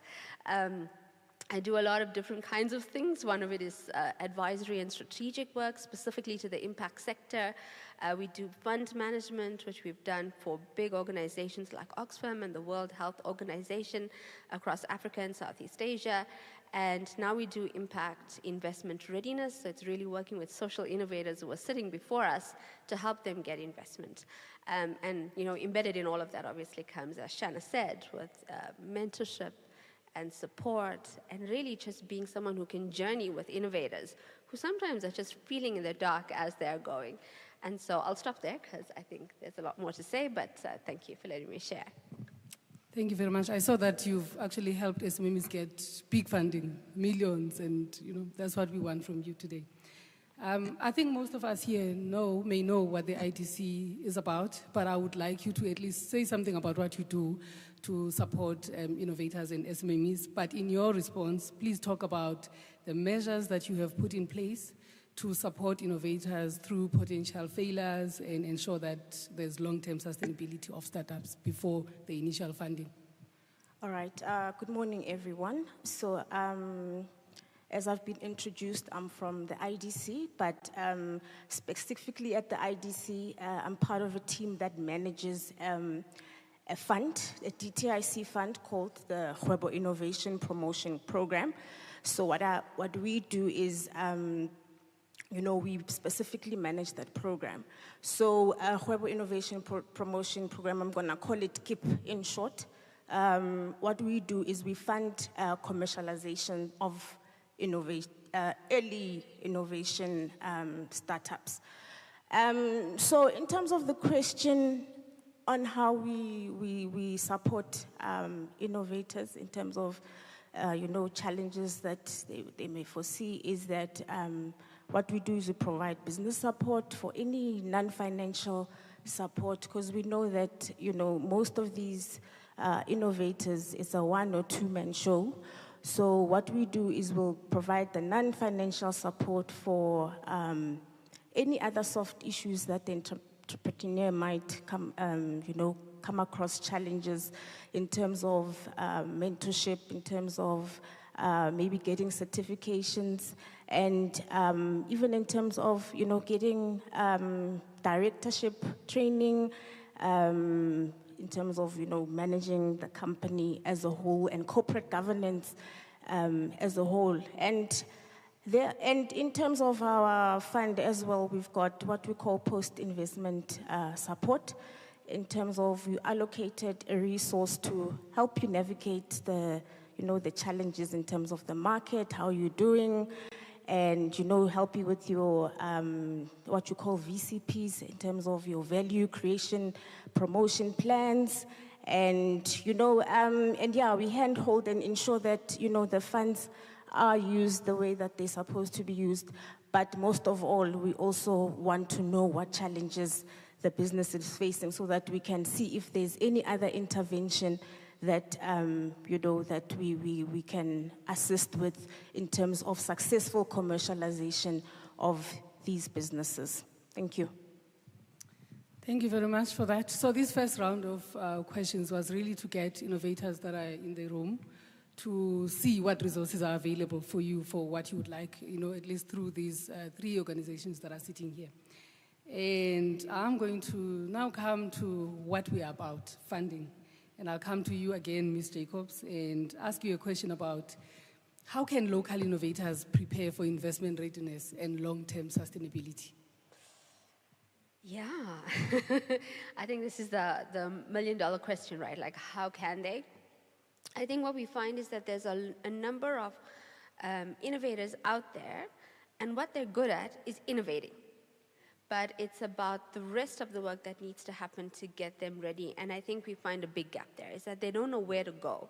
And so I was with Tatu last week, and I was talking about fragmentation in the system.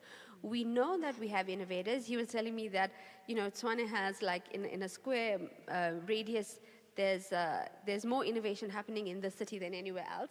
And if you're a fellow,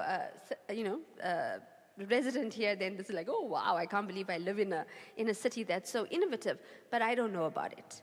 And I think just not knowing what innovation is happening in a city, in a country, and then not knowing where to go, even if you are that innovator, is where one of the gaps lie. And so I think that in order to help them, one, we have a role to play in the ecosystem, which is to develop the ecosystem even further.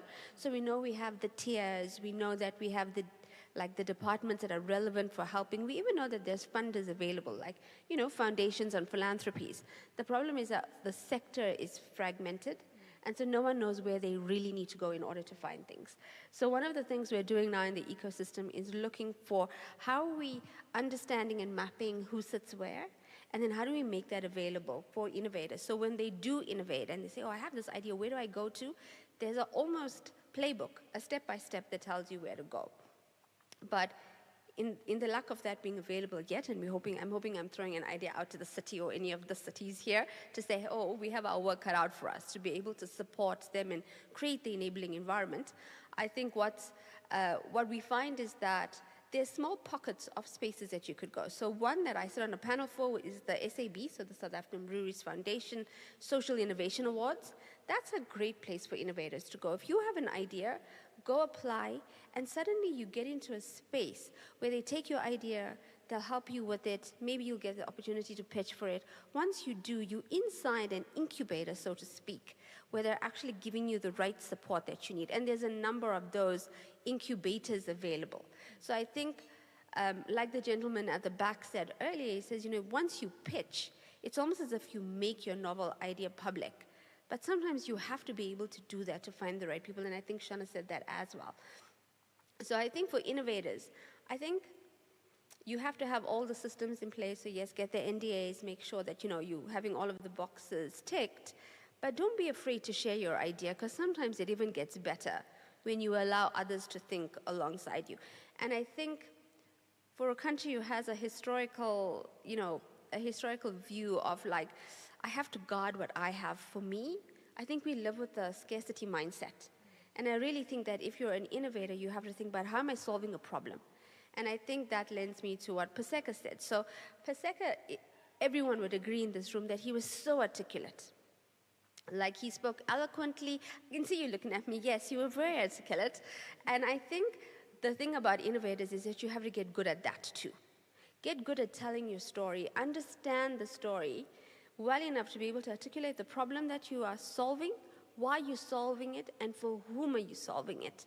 And as soon as you do that, when there's an investor or a potential investor in the room, their ears will start to itch, because then they know that innovator has spent enough time working on the problem. And so I think, one is find spaces, find communities that you can stick yourself into, share your innovations and improve on it.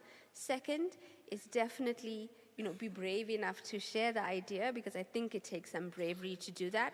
But then at the same time, work hard at understanding the problem you're solving, and then be able to say it articulately. And then you can go to Paseka for some lessons on how to say that well. Thank you very much. I agree with you about Paseka. His sermons are always very inspirational. We all want to be innovators after he's spoken. Now, coming back to you, Brian, and your very interesting story. I want you to share about maybe what emerging funding opportunities local innovators should look out for. Yeah, so I guess this is your second question, because you earlier indicated that you want to ask about how we ourselves got funded. Yes. So you use your experience and then talk to what other emerging local funding opportunities exist. Right, thanks. So there might be some commercially sensitive information that I might not be at liberty to disclose, but I will say this for now. Last week, Monday, we closed on R1 billion and raise, right, for a pre-market technology. Now, you show me one funder in this country that will give R1 billion to a pre-revenue R&D company. It doesn't exist, right? So unfortunately, our sources of capital tends to be international, because that is the only place where we can raise money for the purpose of not playing with small little cute things, but scaling up and industrializing. In that regard, I don't have very good news from a funding standpoint. But you're asking the second question about emerging trends. I don't think there's one worth talking about. If the intention is to commercialize for the purpose of industrialization, as I say, not playing with small little cute ideas. But if you want to have another Sasol, right, and if you want to have another PBMR, if you want to have another Rayfalk, and none of these cost less than R8 billion, by the way, Sasol probably unquantified, far bigger than that. That's not going to happen with these small little ideas about crowdfunding. Let's talk about it. Seed funding, Series A, Series B. None of that stuff will give you a Sasol, will give you a Rayfalk. And by executing strategic, high-impact projects at the scale of a Rayfalk, if you throw R8 billion at any problem, you're bound to get a lot of things right. With Rayfalk, you can leave out the issues that hindered us from taking it commercial. Those are way beyond our control to some extent. But what we learned from it is that we created companies that are now in the supply chain of the likes of Airbus and Boeing from this country, from this city actually, right? So you don't create that by playing with small little cute ideas. You are intentional about it, and you fund in a manner that shows seriousness. Thank you very much. I hope we are taking notes for what needs to be done for us to grow even bigger as a country, because there's already big things that are happening that we are not talking about. And then coming to you, ma'am, and the IDC being a government agency. Now, in an ecosystem like ours in South Africa, where I spoke about limited funding, but most of this funding coming from government, and where there's potential for grassroots innovation to grow into bigger world-class establishments, is what Brian was saying now. How can different funders within this ecosystem align efforts to consolidate funding opportunities to avoid duplication and to make sure that this information and funding is readily available to our innovators? Yeah, that is a very good question that we also grappling with. Because ideally we should have a seamless system from development all the way through to, commercialization and also growth funding. But we are having conversations in the room in terms of how we can actually coordinate efforts from, from various departments, because the commercialization would sit within DTIC, and then the development side would sit in the innovation department. So what we're trying to do is we're trying to coordinate efforts between the various departments to try and have a seamless application process, for innovators to go from,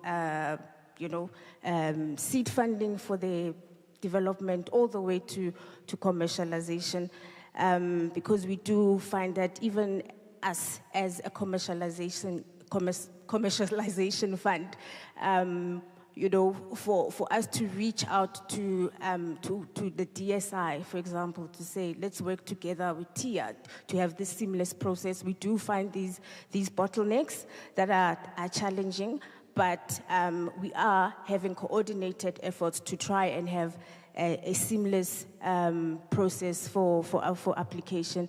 It is still a challenge, but I think we as government are still working towards that, having that seamless process. Yeah, but we do have relationships with each other. TIA would refer to IDC for commercialization, and once they are post-revenue, then it goes through to the IDC expansionary, bigger IDC element of funding. Thank you. Thank you very much. You know what I sensed, I'm not sure if you also sensed the same or heard the same when the innovators were presenting here.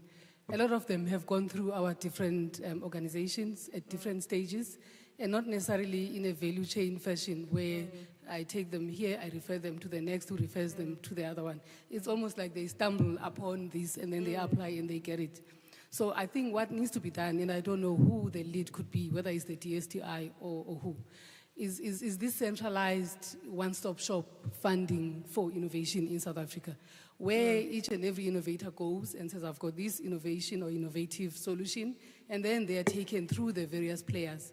And it's something we've been talking about for years, but it's not happening. I just don't know whether it's a policy level discussion or a practical level where us as practitioners need to do something to make this happen. Yes, but what I can say is the Innovation Bridge, which is a platform from the DSI, has been really quite helpful in terms of referring from, in terms of from one phase to the next, in terms of the development process and commercialization. We have found that the Innovation Bridge portal does actually assist to a large level. But I think we need really more concerted efforts.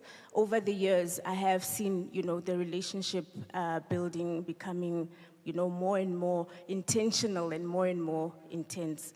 But there is still some work that needs to be done. Thank you very much. I'm just going to change a bit, just so that we don't talk amongst ourselves, but we talk to the people that matter today, the innovators and SMMEs. I'm going to allow one or two innovators or SMEs or anyone who's got a comment to perhaps pose questions or make comments to contribute to the conversation. There's a hand there, there's another one there. Okay, there's two hands this side. Is there anyone with the mics?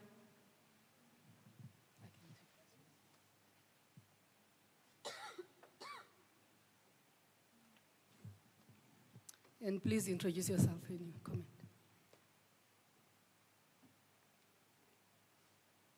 Thank you, Tabisa. Anton Groenewald, City of Tshwane.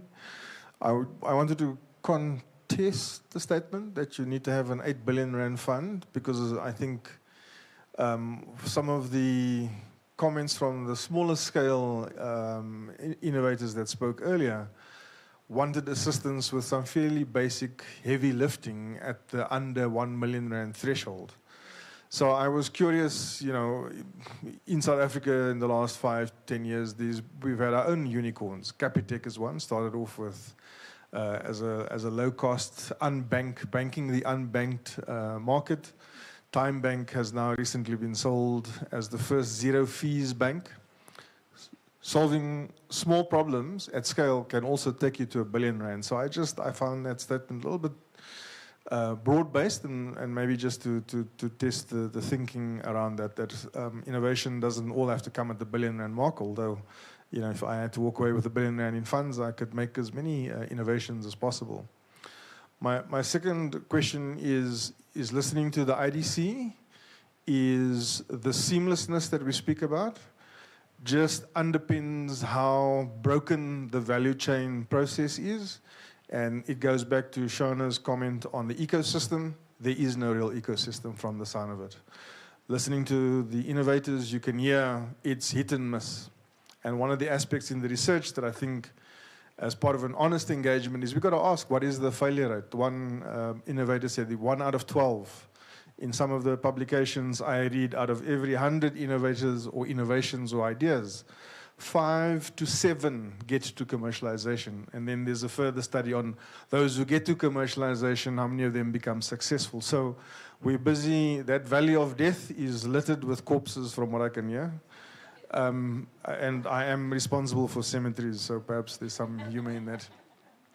So for me, that's one of the challenges, is how do we improve the throughput or the efficiency rate or the success rate? And what role and can we play in facilitating that? Certainly, I don't think council or city council or government seeks to innovate. We seek to find solutions to service delivery problems.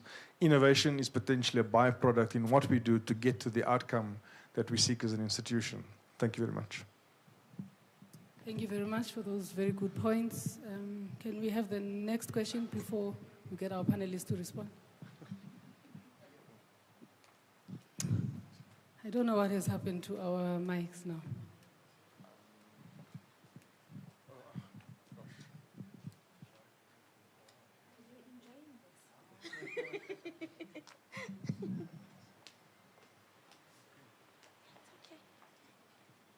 I'm getting my steps in.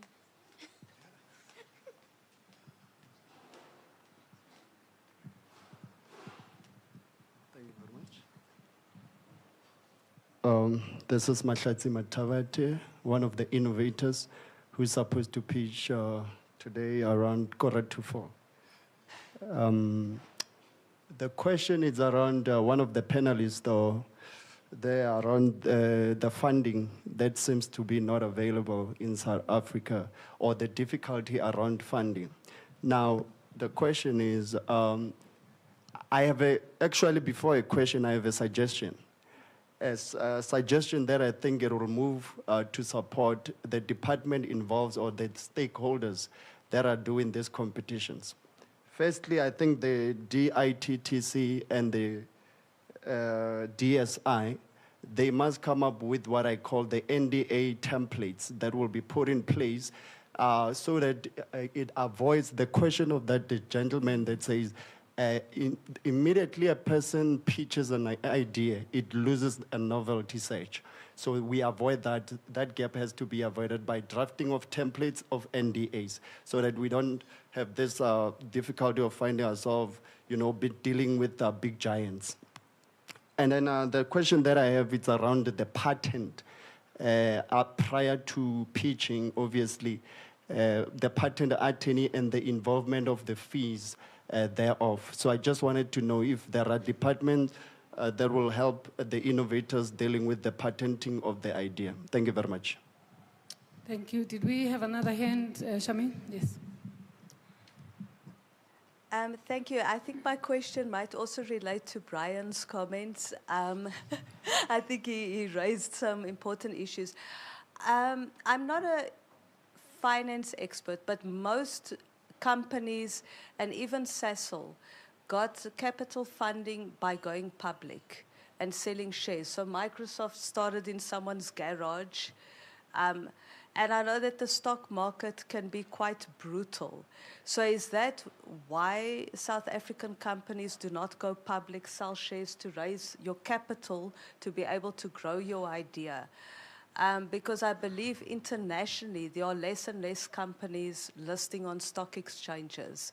But yeah, like I said, I believe that that is a model that was used to build large companies. Thanks. Thank you. Can we have you, Brian, responding first? All right, let me start with the captain of cemeteries. It's common cause. I don't see. Oh yeah, It's common cause that everything has got its own place. What do I mean by that? Just the other day we read about Please Call Me. Like really, how much did it cost to come up with that? Pretty much nothing other than just an idea in one's head. And that idea settled for speculated 700 million rands. But that does not negate the fact that if you're serious about building an economy, you must invest heavily. Not everything is going to fall into the category of Please Call Me, Gabitech, and they've got a place for sure, and I acknowledge them. But if you are saying you are serious about building the economy, first, choices must be made. What are those sectors in which we've got a leverage as a country where we can go the furthest in creating a big number of jobs? That will require investment.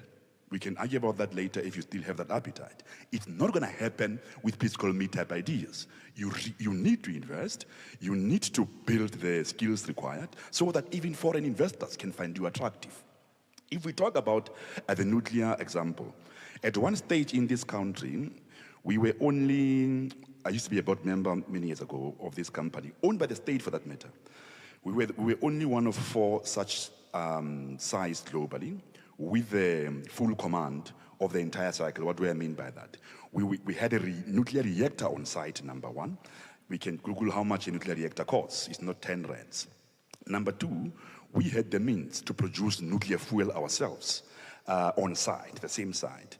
That very same site had the means to irradiate targets, basically to provide the material required so that we can produce the ultimate medication that goes into human bodies.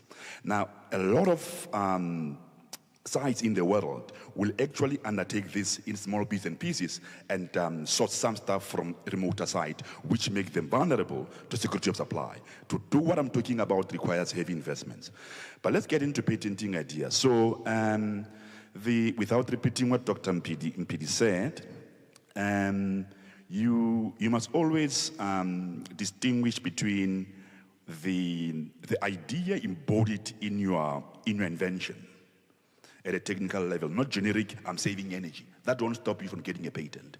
You must distinguish between the specific technical idea embodied in your invention that will actually destroy novelty later when you claim it. You don't always have to disclose that, and that much I can say. Now, the last question regarding stock market. Listen, by the time Sasol went public, billions went into it. Understanding the technology, the catalysis which UCT, CSIR, and other role players had to do. IDC was a big part of that. That catalysis was very research intensive. We had to understand the fact that coal is a hydrocarbon, the same as oil is, but to move between the two required tons of investments, right? From basic to applied research. By the time going public was even a prospect, billions went into it. So from a technological, and bringing this home, from a technological innovation standpoint, very few things that start in our labs will go public. And I can do a sermon at the right time. Maybe learn from Pasika as well. Thank you very much. In your response to some of the questions, if you wanted to, please also give your closing remarks, because he's telling me that we've got 4 minutes now. So yes, I also want to respond to the patenting issue, because I see that you hold it very closely. I just want to say that from a commercialization perspective from KIP, IP registration is not an issue. It's the commercialization and the market problem that you're trying to solve that becomes really, really important for your commercialization. If you want to register a patent, yeah, maybe we can fund it and you want to protect it. But we want to see what is proprietary about your novel, about your solution to the market. And that's what becomes important. And back to Brian's point that you don't have to disclose. We just need to see. And that's why they were talking about piloting. If your pilot project shows that you're really solving real problems to a real market, challenge, then yes, you can see that it's ready for commercialization. And then in closing, I must say that, there is funding available for commercialization. KIP is around. We come in pre-revenue, and we'd like to open doors for other seed funding and invite other seed funding so that, the business can flourish. Thank you. Can I respond? So I'm going to respond to the Valley of Death that was mentioned. We won't call him Captain Cemeteries. I'm not sure if that's the title he wants. But, there's nothing wrong with having a Valley of Death. I think we need to. Because some ideas will just naturally die, and it should. Because, it takes on a different life. It'll go on in a different direction. And so I think the Valley of Death is not the problem. It's about what are we doing about the Valley of Death, that when an idea or an entrepreneur's initial attempt dies, how are we helping them to resuscitate themselves to try again? Research tells us that an entrepreneur will try anything between 4 and 7 times before they get their idea right and get it investable. So we have a responsibility to ensure that the Valley of Death is there. It should be there. Some ideas must go to die. But the entrepreneur doesn't. How do we resuscitate them? What is the support they need to keep innovating and to keep innovation and hope alive? So I think that's my one response to it. And maybe in my closing remarks, this is my call to innovators, because I think I'm your person in the room. To raise big money, this is what you need to do. I think what you need to do is take the right capital at the right time. Most innovators are looking for equity when they are at pre-revenue. That is not when you go look for equity financing. So I think it's about finding the right type of investors at the right type of, at the right time that you're in. And I think, Tsepo, maybe to you, you shared something that was such a clever strategy around your Kasi Corners. And I think that there's a good level of blended finance, which is a good mix of grant funding, as well as loans, also debt or equity that could come and play a role for you to scale that. Because we have a country that has one of the highest unemployment rates. We have to create more Kasi Corners. It's inevitable. But how do we support micro-entrepreneurs to be able to access the type of funding they need to be able to start a business? And so I think if you're an innovator in the room, go do your homework on understanding where are you in the journey and who are the funders who gives you the right type of capital to start where you're at and then get good and then start to scale. And then you can go knock on the IDC's door. But if you want to have a chat about hybrid models and how do you develop both a non-profit and a for-profit and work symbiotically to be able to let your innovation thrive, then I'd love to have a chat with you after the session. Thank you. Brian, do you want to close? Closing. Oh, thank you. So I'm going to borrow from the body of knowledge of system thinking. So the word NSI has been mentioned quite a few times. So any system, or in any system, you will have what we call leverage points. And what are these? There's going to be 2 or 3 things in that system, which when activated, yields a step change in performance. We're not going to sit here and sort out a perfectly aligned funding system in the country. It's not going to happen. But if we identify the leverage points, i.e., let's infuse innovation and IP as a source of wealth in how we train our kids at school, right? When a kid goes to sub A, it's called grade 1 these days, right up to matric, long before they even think of being a chemical engineer, somebody must have taught them that ideas are wealth, not just the gold underneath our feet. Thank you very much, Brian, for that, and the panelists. I think, ladies and gentlemen, it's clear that there's a whole lot of work that we need to do here, but something must be said about local government that really is willing to deliver efficient services, and local government that is now embracing innovation as a way in which we can deliver these services. And having said that, we need your help, panelists, and the funding institutions here to make sure that we can avail these resources that are required by innovators in our local government. Thank you very much for your time. Thank you so much, Ms. Mbungwana, and thank you to the panel. Those were incredible nuggets of information and awkward truths that were very insightful. I've never wanted to be part of a conversation as much as I wanted to be part of that one. It was really quite riveting. Thank you so much for the contributors. Maybe something to point out. 8 billion rands is less than $500 million. And if you look at globally, in order to be a leader in any vertical or industry, you would need to invest at that level. So we must understand what our focus areas are as a country. I think we kind of spoke past each other with industrialization, as Brian was bringing to the fore, versus grassroots innovations that most of us have been speaking about. Again, R1 million for small businesses is a lot of money. It's a huge fund. It can be deployed anywhere up to 40, 50 entities. But when you want to be a global leader in a particular industry, you would need to put in that amount of money. Just as a last thing, there's a software company in America called Palantir. Palantir has raised $2.4 billion to be where they are in terms of military software. These are the people that we need to combat against. These are the people we need to compete against. And we're not going to do that with grassroots innovations. We're going to have to do it at large-scale industrialization and understanding what we want to achieve in life. Thank you so much for everybody, and thank you for indulging me in my little sermon. Next up, we have Ms. Lydia Sebokedi. She's the Executive Director at the Center for Public Service and Innovation. And this session that's coming up is got to do with unlocking legislative padlocks for innovation and commercialization.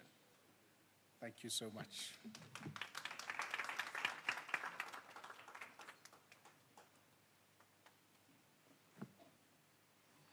Good afternoon, everyone. I'm told I'm standing between you and lunch. Program Director, how much time do we have before I call? No. Oh, my goodness. 20 minutes. Okay, I'll try my best. Thank you so much to the Program Director and for the invitation. I'm Lydia Sebokedi. Unfortunately, I'm in Hollywood, Acting Executive Director of the Center for Public Service Innovation, which is an agency of government under the Ministry of Public Service and Administration. We are set up to inculcate the culture and practice of innovation in the public sector. Very difficult job, but we try. That's why I'm here, because we work very well with the city of Tshwane. I'm going to be in conversation with CFOs. Mr. Terence Kgorong, Director Supply Chain. I hope you have a comeback for people who are talking about supply chain in the room. Please join us here in front. Mr. Terence Kgorong, Mr. Anton Groenewald, our symmetry boss. You've got a stronger position now to throw those missiles to Brian. Mr. Mohammed, I hope I'm pronouncing your surname correctly, Logat, from Salga, please join us. And we also have Dr. Tsepang Musia from DSTI. Please come through. He's not here. Sipho, I don't have my spectacles on, so I can't see what you're saying. So we only have the two gentlemen. Oh, okay. Thank you very much for coming through. Very interesting discussion we're going to have. I'm told we have to unlock some padlocks in the legislative, environment. Very difficult one, since my sister here gave us a very beautiful presentation in terms of, what we thought are padlocks. May not be padlocks, but coming from the public sector, the padlocks are there in one form or the other. And I hope with the engagement of the two gentlemen here, Terence and Anton, we'll try to unravel some of these padlocks. So my first question to you would be, what do you think are these padlocks? She mentioned some, but according to you, do you see any legislative challenges that we face as a public sector, in terms of the uptake of innovation and so forth? Is that Mohammed? Oh, okay. Thank you for... Oh, you sleeping? Oh, you are outside. Okay. Okay, thank you. So please indulge us with our audience here in terms of what you think are those padlocks. She said a lot about what the research shows, but you are in the hotspot. You are there in local government, and you know what's happening. So please share with us what you think those padlocks are My second question, because I'm more focused on solving problems, it will be, what do we do to make sure that we unlock? But let's start with the padlocks. You can briefly share what you do and then also indicate where do you think the hurdles are in this space. Thanks very much. Thank you, program facilitator. So I'm captain of cemeteries, colonel of community walls, sergeant of swimming pools, regional director for roads and stormwater. And for those, when they're really upset with me, I'm Mr. Potholes for Tshwane. So, yeah, I'm the group head for regional operations, the 7 divisions in the city that's responsible for urban management reports to me, so it's a fairly arduous task. I think before that I've been a municipal manager, I've been in local government for 25 years, so I have a nodding acquaintance with some of these issues. The legislative blockages, I think, are more imagined than real. And I say that because when Shana put up on one of the slides that National Treasury said you can't do contracts over 3 years, then what is the point of Section 33?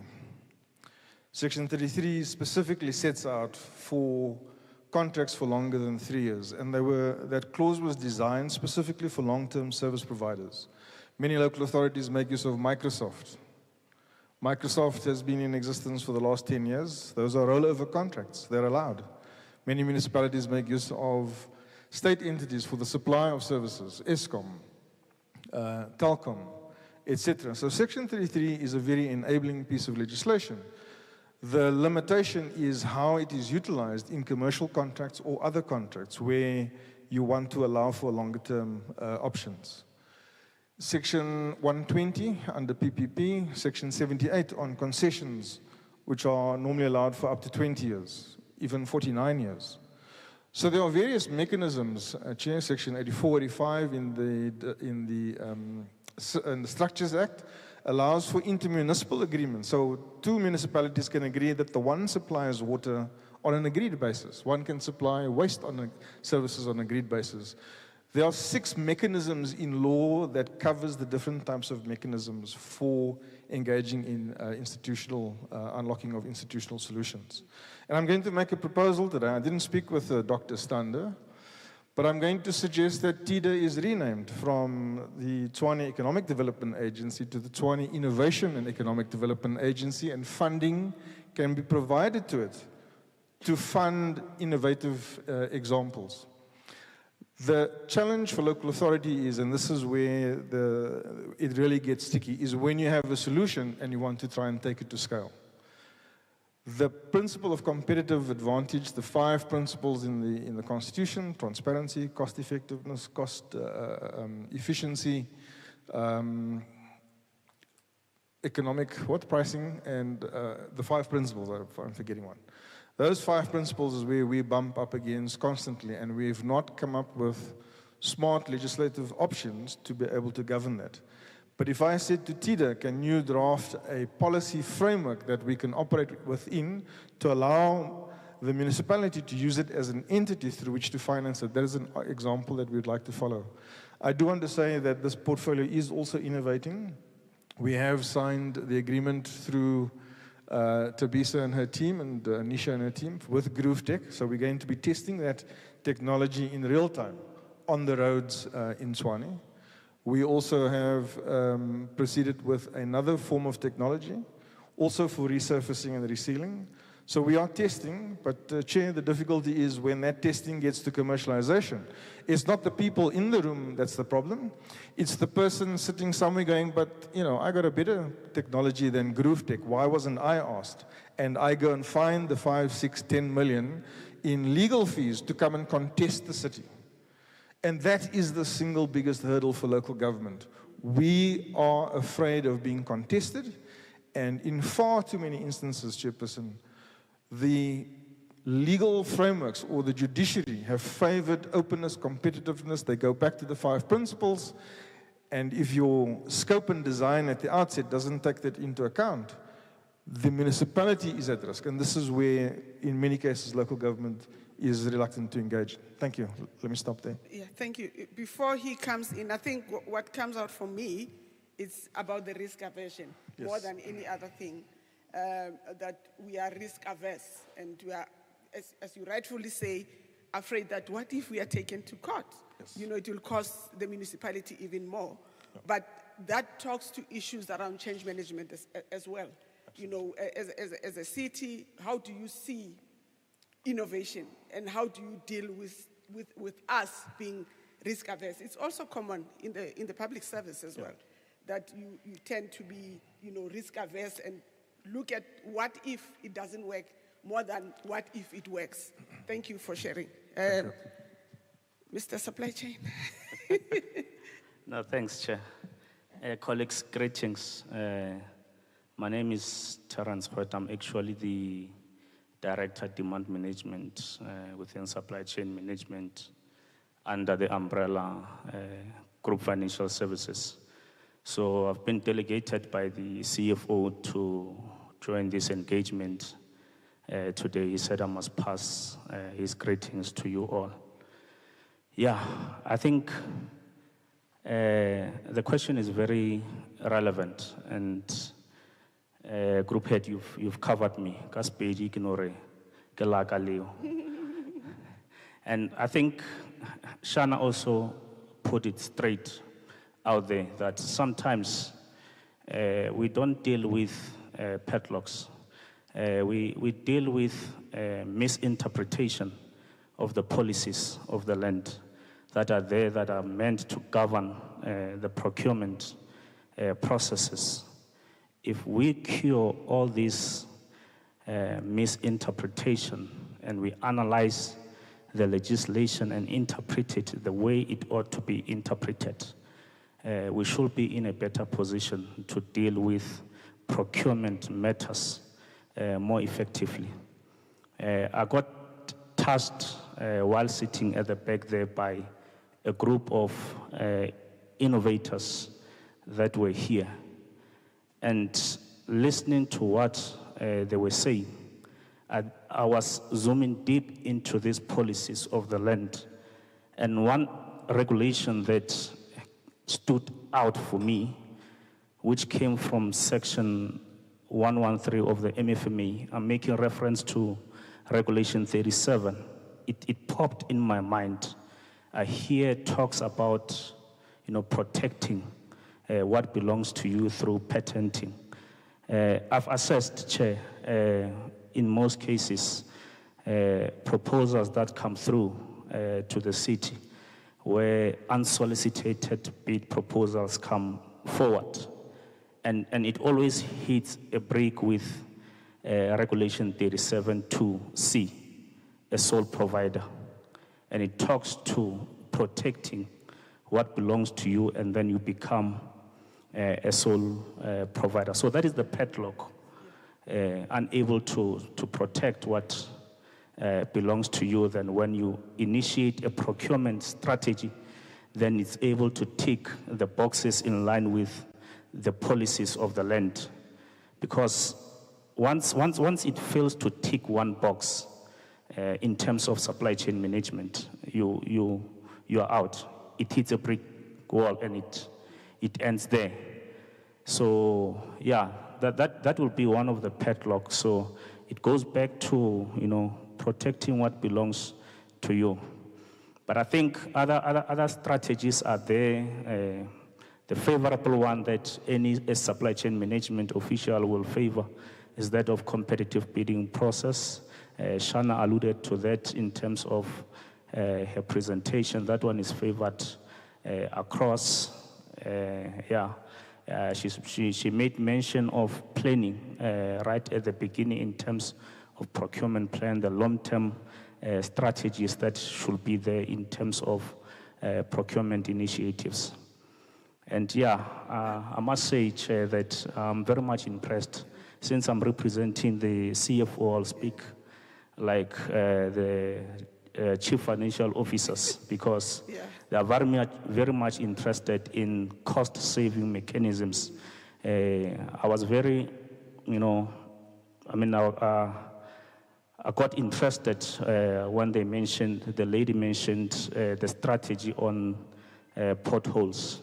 So instead of waiting for it to be a pothole, group head here will make sure that through that technology, he restricts it from being a pothole and patch the crack. And that will really then, save the city a lot of money. The gentleman on leak detection systems, I was very much impressed by that as well. So if leaks are detected in much earlier stages, then the city will save a lot of money. And I also want to challenge him to come up with a technology.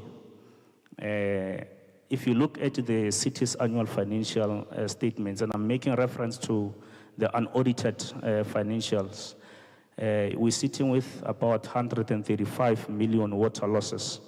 It has increased from the prior, I think the prior financial year it was sitting at about 114, if my memory serves me well. So we need an innovative idea that is going to assist the city in making sure that there's cost savings there. That water loss is purely what we've paid for vis-a-vis what we have charged or received. So I'm challenging you to come up with an innovative idea around that, and hopefully in future years we'll see the city reporting, a very reasonable number on water losses. Should I hit a full stop? Yeah. Oh, before you proceed, I want Mohammed to come in, but I just want to pick up a few points that you raised. I think it's important to give supply chain finance a user experience as your client. And this is coming out. Now he sees things from the user as a fellow employee within the city. That reminds me of an example that I had many months ago. I was working in a hospital, responsible for quality assurance in Odi Hospital. And supply chain kept buying, this red refuse bags for medical waste with the thinnest microns, until I brought them to understand that blood and waste is heavy.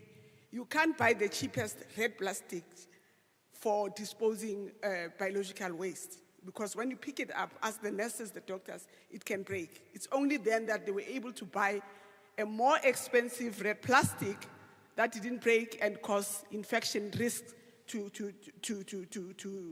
medical personnel. So I like what is coming out to say, whenever you are innovating from your units, remember to bring them on board so that they understand why you are going the route that you are going. Another point, the issue around patent. I was told by NIPMO, I don't know if the innovators know what NIPMO is, National IP Management Office. They actually advised, the NDA is very important, but the first step, if you don't have the lawyer fees for patent, just trademark it.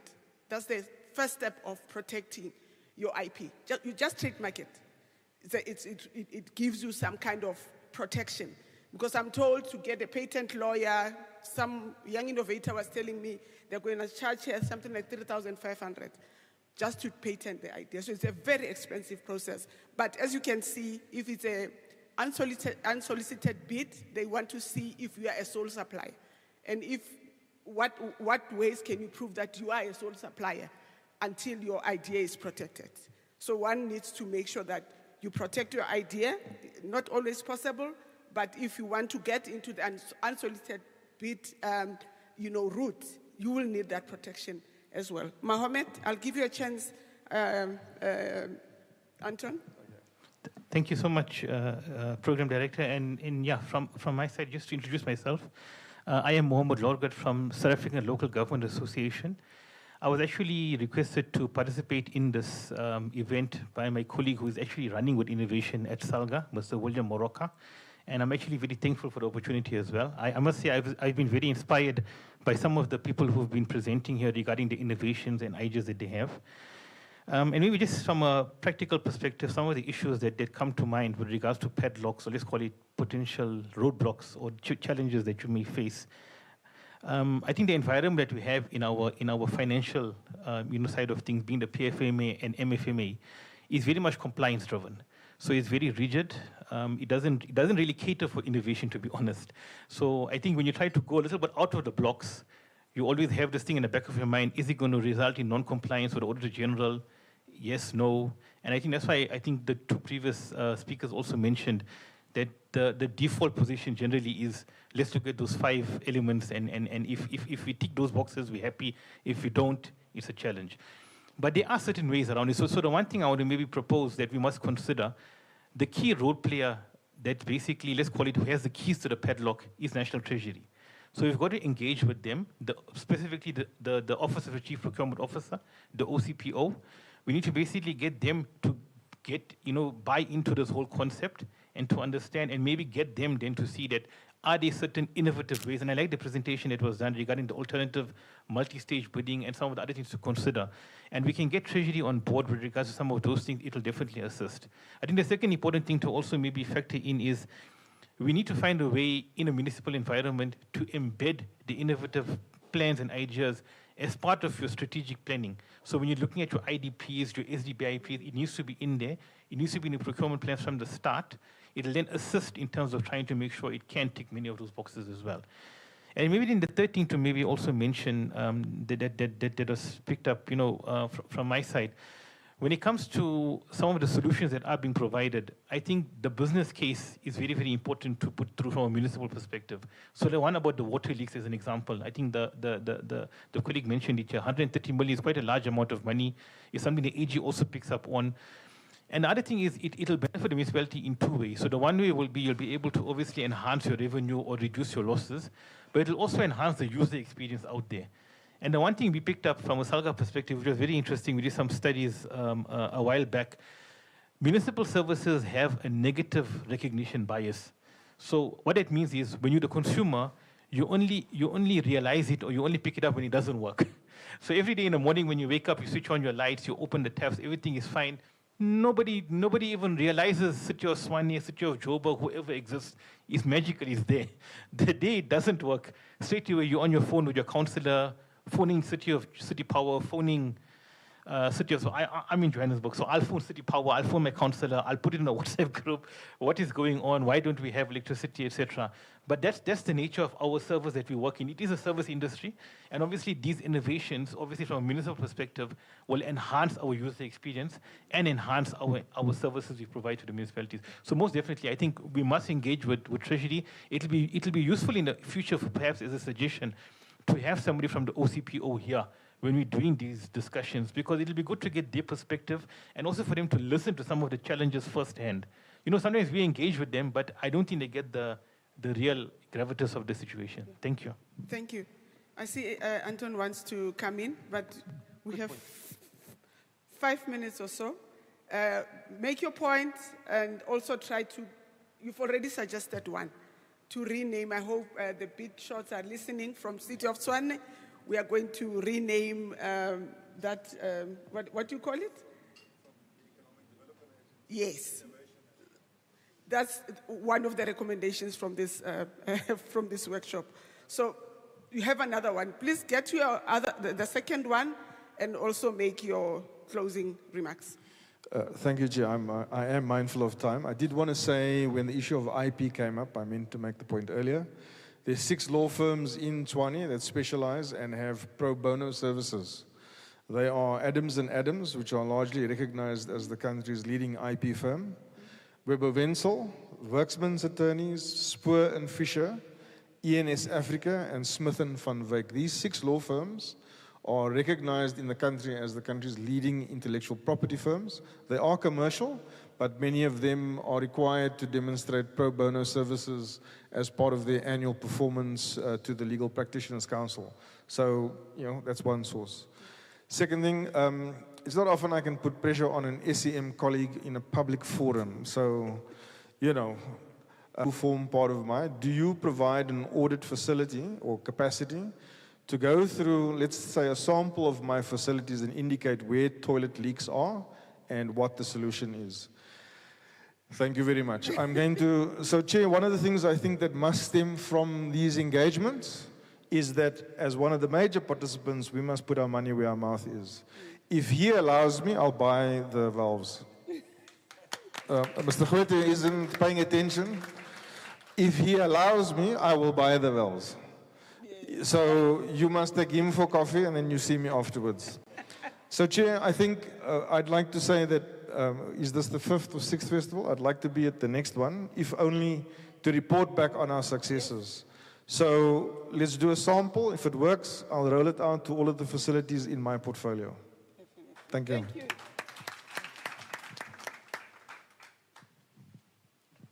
No, thanks, Chair. In closing, the CFO says that he's more on cost savings. So he's encouraging all these innovative ideas because they're going to save the city a lot of money. And that will ensure that the city continues to be financially stable. So thanks for all the ideas. Let's make sure that the ideas do not just remain ideas, but we get to implement these innovative ideas and we take the city of Tshwane forward. Thanks, Chair.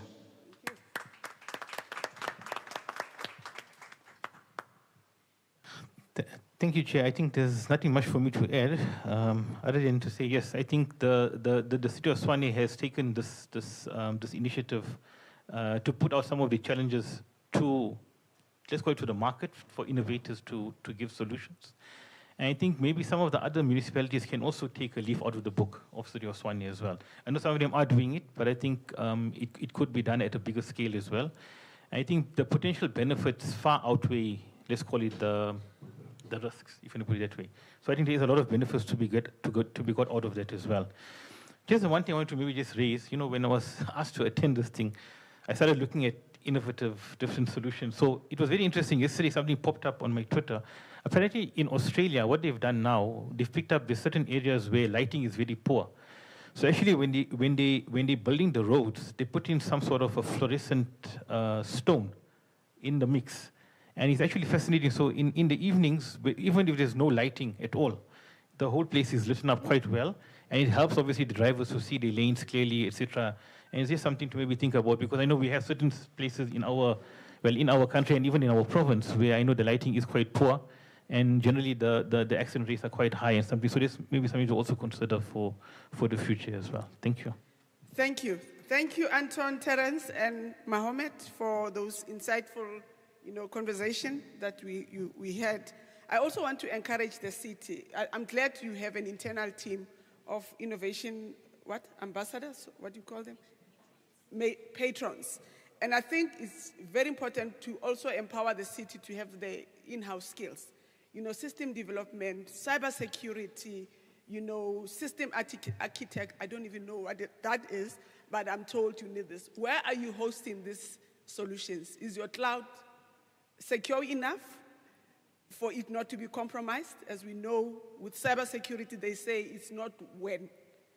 It's not if, it's when it happens, because the risk is always there. So I'm encouraging the city to look at how you use your ICT personnel as well. Give them additional skills so that you can get into core development and be able to, support the entrepreneurs as well. And don't be shy to pay them.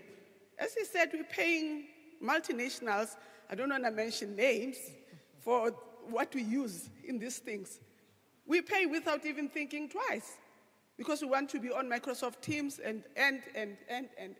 But when it comes to entrepreneurs, we want to question why we must pay them for their innovations. And I think that's a lesson that is coming from today. I'm happy. My city, by the way, I come from Hammanskraal.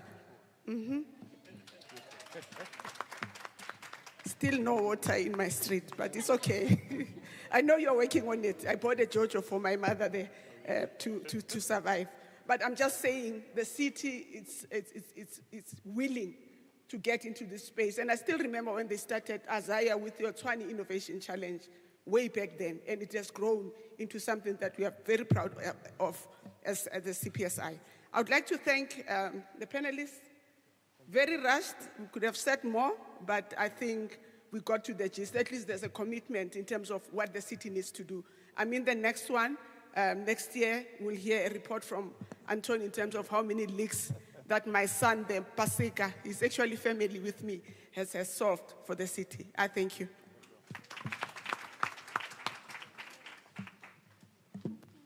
Are you happy, Chair? I am so happy. Yeah. Thank you so much. Before you take out your shambok. You'll be invited again. Stick to your Thank you so much.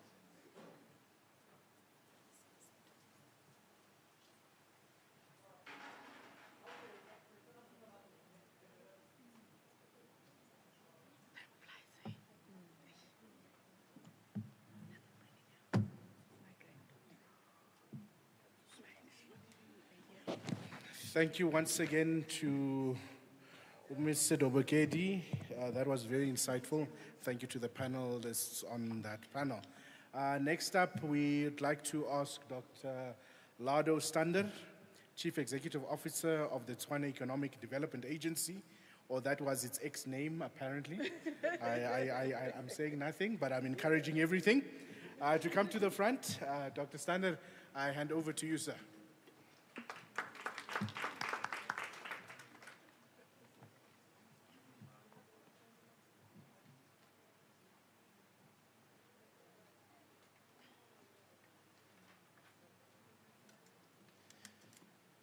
Thank you very much, Program Director.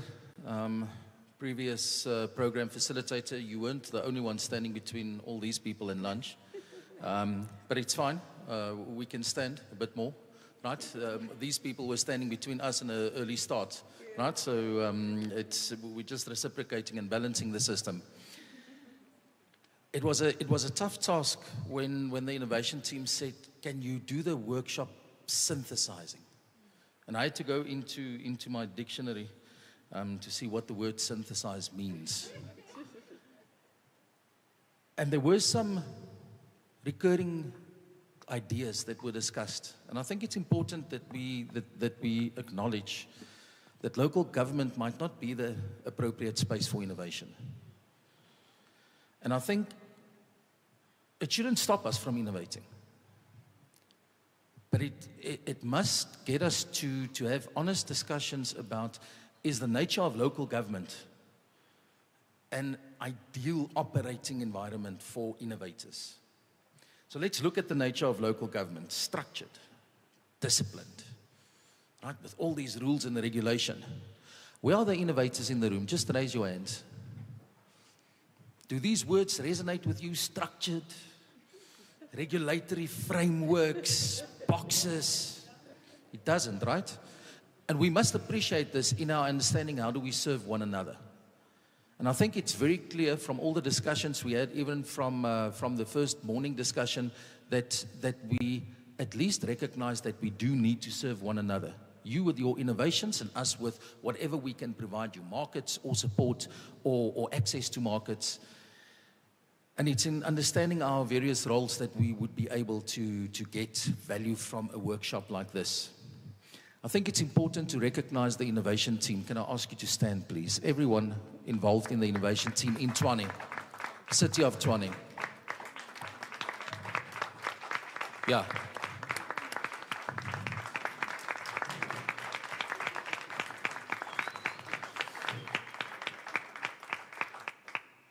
It is one of the most important things that really stood out for me, is that it is easier to innovate in an environment where you have the same levels of energy and enthusiasm and meeting of the minds for innovation.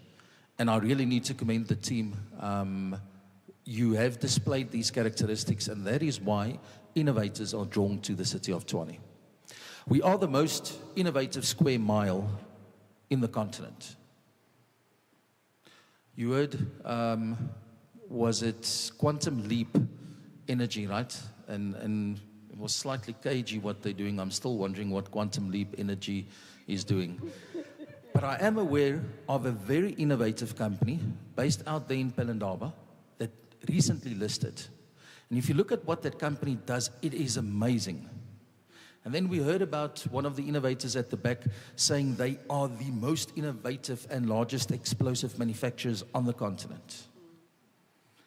And I can guarantee you we have similar innovators right from Ikangala through to Pelindaba, right from Winterveld through to Hammanskraal, and all the other areas in between, in Tshwane.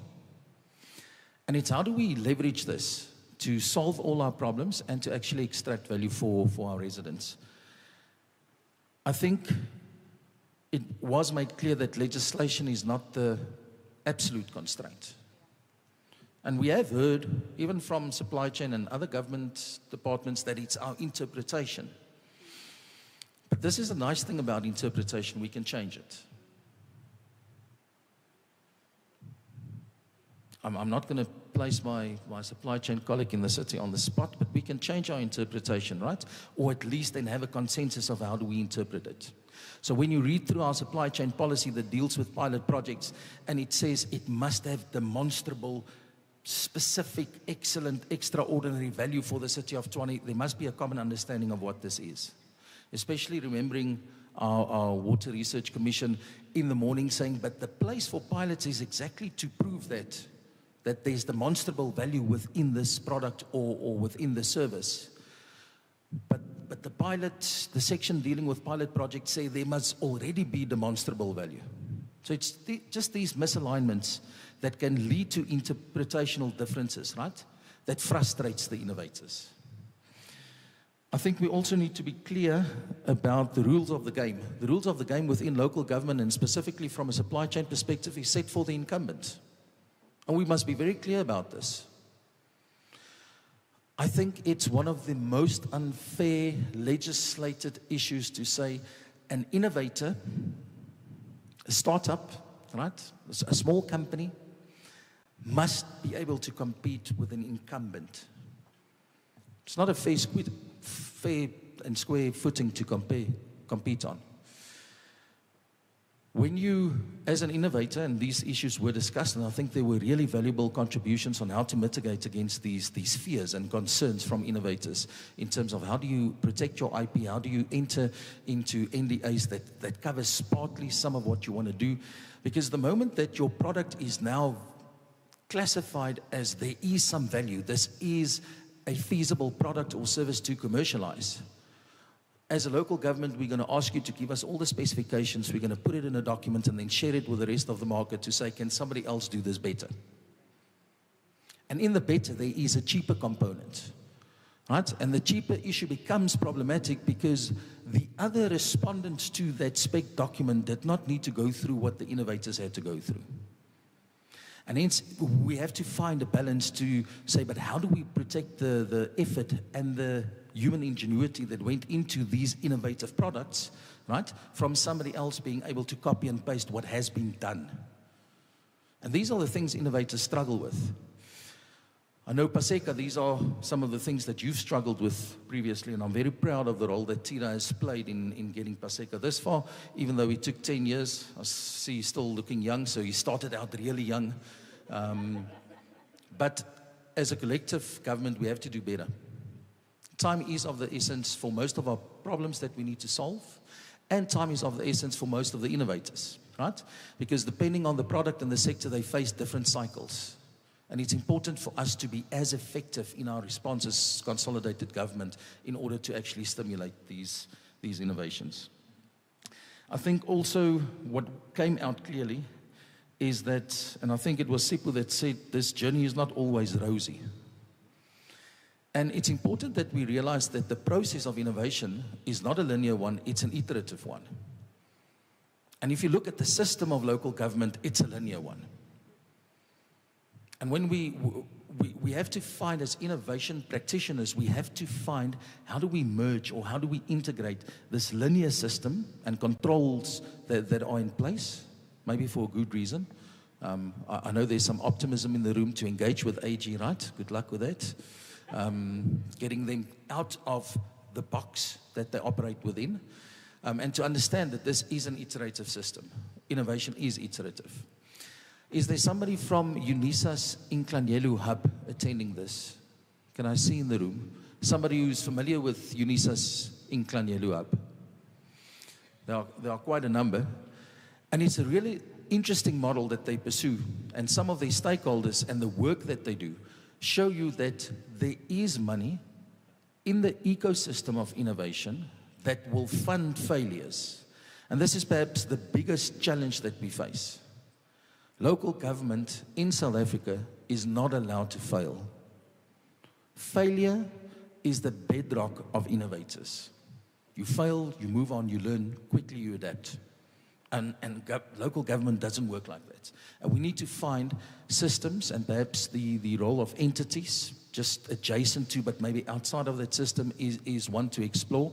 Also the role of stakeholders like the Inklanyelu Hub, like the WRC, who can act as agencies outside of those constraints that actually weigh down innovation is important for us to pursue.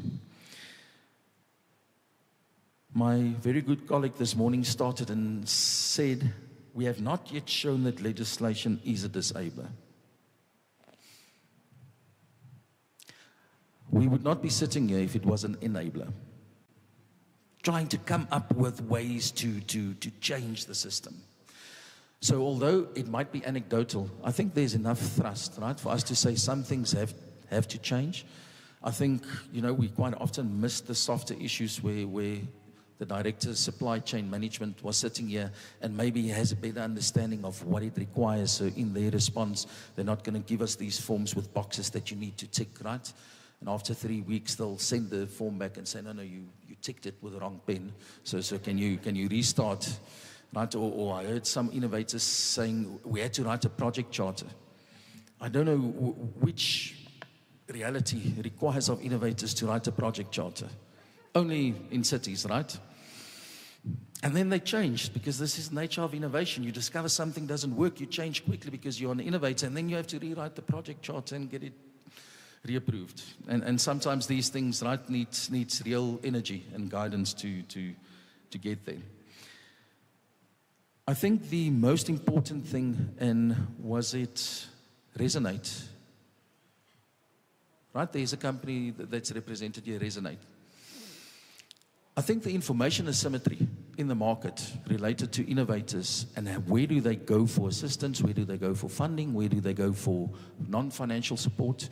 I chuckled softly when we had a big government entity here saying, no, they offer lots of support, non-financial support. And it is important, the non-financial support, right? But I can guarantee you, ask all the innovators here, do you guys need money?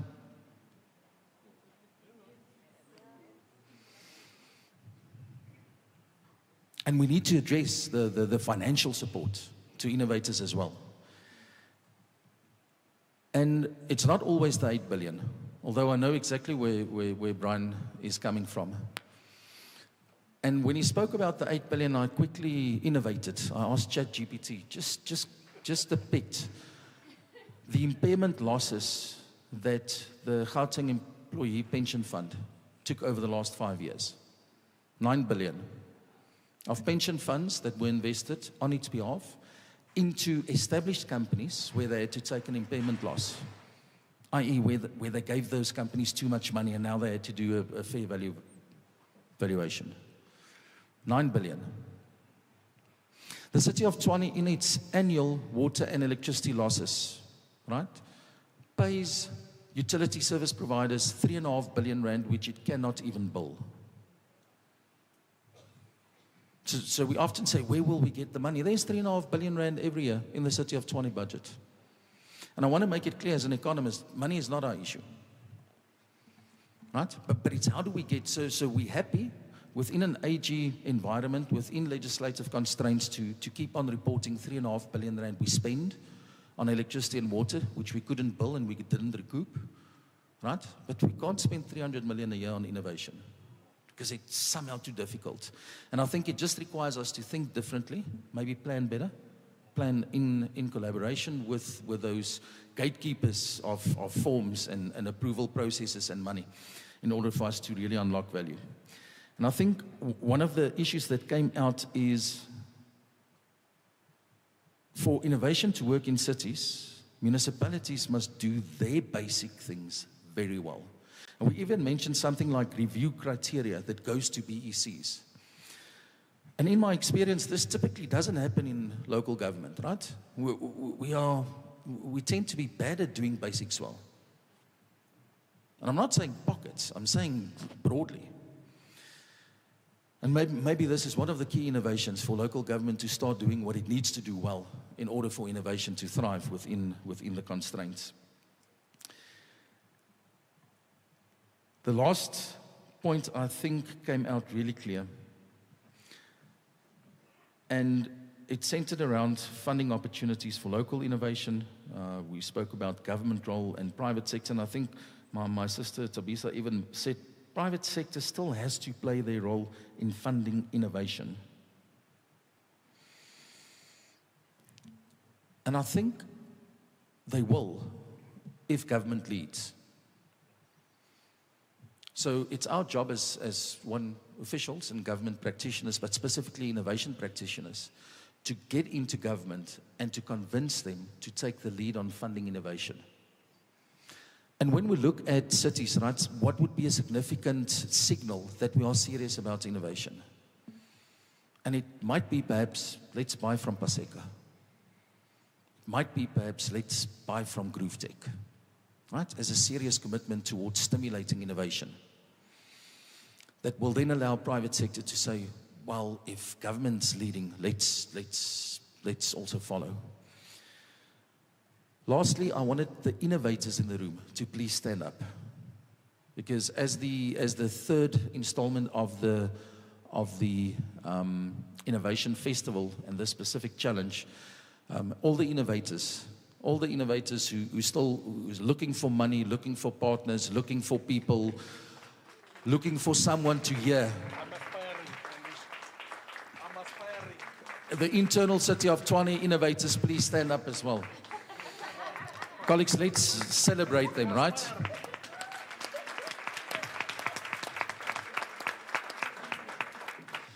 So I wanted to make this quasi adjacent to government commitment to you guys. If you don't find anyone to listen to, please come to TIDA's offices. It's quite often not only our ability to engage differently with City of Tshwane, but also the networks and the ecosystems that we have available. And sometimes government might not be the appropriate starting place for your innovation to be piloted or funded. And I can guarantee you there are private sector companies out there looking for innovators, looking for people with passion, looking for people to support, and willing to take the risks that government might not necessarily be willing to take. And let's connect those innovators. I would like to see future iterations of this festival, right? Having opposite sort of ratios to practitioners and innovators. I would like to see hundreds of innovators coming here. Because it's funding hundreds of innovators that allows us to hit that 1 or 2 unicorns per cycle. And those unicorns drive our industrialization. And they drive our country's economy.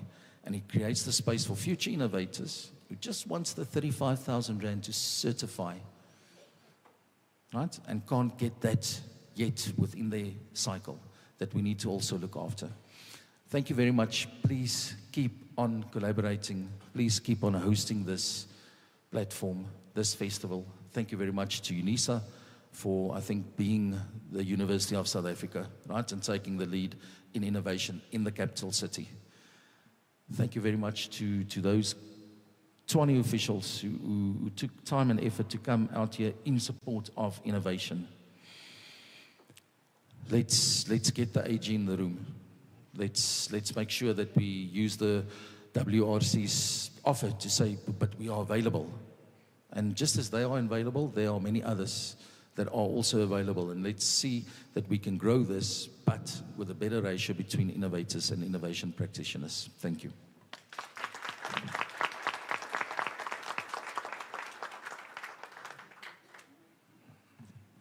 Thank you so much, Dr. Stander, and thank you once again for the gifts.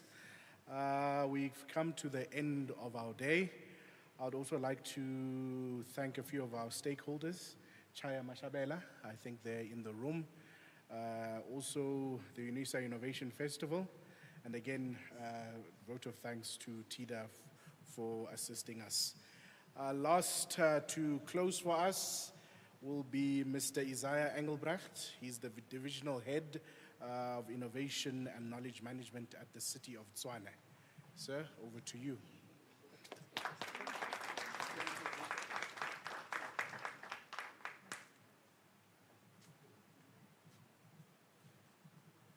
Thank you, colleagues. I think the session is closed already. It was such a perfect ending, and thank you for that. So much to say, but it was said already, and I know SIPO, there's quite a few people helping us. We're taking notes and developing an action plan after that. So I'll then be extremely brief, just to say that the background work for this innovation type of work is really invisible. And Lardo and colleagues have thanked everyone, so I'm not going to repeat it, but I'm really excited and happy to see that that voice, that message of the work that's being done is now evident, and what has happened here today, I think, is very significant. Also, some of you might wonder and see some empty seats, but SIPO told you it's oversubscribed, no one can come in. Perhaps one of the innovators need to come up with a solution of how to manage that. The session was indeed oversubscribed, like last year and the year before. And I'm wondering, perhaps it's time to take this to the next level. Unisa colleagues, I don't know if it's a Tshwane festival, but perhaps it was a pilot the last 3 years, because there's a lot more people that want to come into these sessions and participate, etc. The Tshwane ecosystem is rich. It has been developed, and there's so much more that it can produce. And the conversations today is evident of that. And then, like I said, I'm extremely excited. So really, I won't try and name names of all the speakers. Really, just a big thank you to everyone. I'm extremely excited for the actions, and thank you, Grubet, Anton. Yeah, let's be accountable. Let's come back next year and give feedback in terms of the commitment that's been made here and see how far we've come to implement that. Now, just before I end, I believe, look, there could be other legends that I don't know, but I definitely know of one legend amongst us today. And she probably don't know I'm speaking about her, Lydia. I got the message that next year Lydia will be leaving the Center for Public Service Innovation. Yeah, and some of you may not know, my journey with the CPSI and with Lydia is well over 10 years. In fact, I refer to her as my sister and brother, and I'm a younger brother, although I look older, but that's not the issue. A legend in that if you talk about public sector innovation, the landscape of South Africa, that's what the Center of Public Service Innovation does. Similar challenge that what we have been facing, but many, many legends have been produced through the CPSI. So I really want you just to join me in a round of applause. Your work must continue. You've created many legends, so thank you. And it's often legends like Lydia that does all this work in the background, and we don't see, but we just see this development, so we are extremely appreciative of it. Also, yeah, I'm from Afrikaans background, so just bear with the English mistakes. Lastly, Dr. Stander, I don't know, I know there was the TIDA Investment Summit where over 86 billion or so were committed by VER for investment in Tshwane. Now, that tells me that there's organizations, companies, role players in the ecosystem that wants to invest. That's what we have on the one side. On the other side, we have many challenges in Tshwane, but we also have the solvers, the solution providers. And today we could see clearly how these gaps are being connected. And when I say perhaps we have to graduate beyond having just this one platform here and many others, look, the team is extremely busy. Many similar sessions take place in pockets, but bringing this ecosystem together, I think will take us forward a lot faster, a lot quicker, because the environment is ready, the innovators are there, they have the solutions, the city needs the solutions. So let's apply our minds, let's work together and move to that level. Thank you very much, and thank you to colleagues for everything that you've done. I know Sipho, the curation of this with the innovation team was perfect. I think the message was brought home in terms of where the challenges are within this ecosystem. Thank you very much.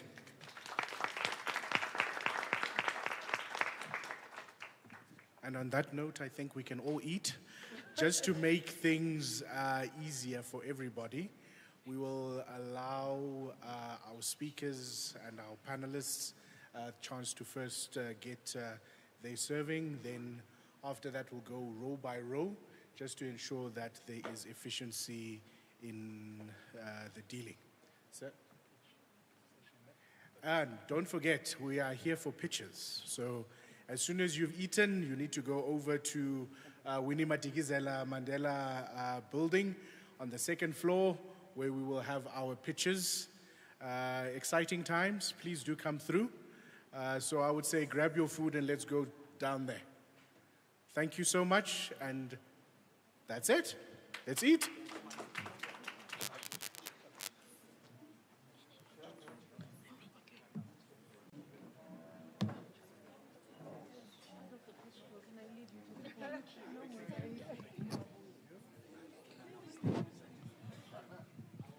Okay, colleagues, as we prepare to go to the pitch session, it's a program that we have been doing.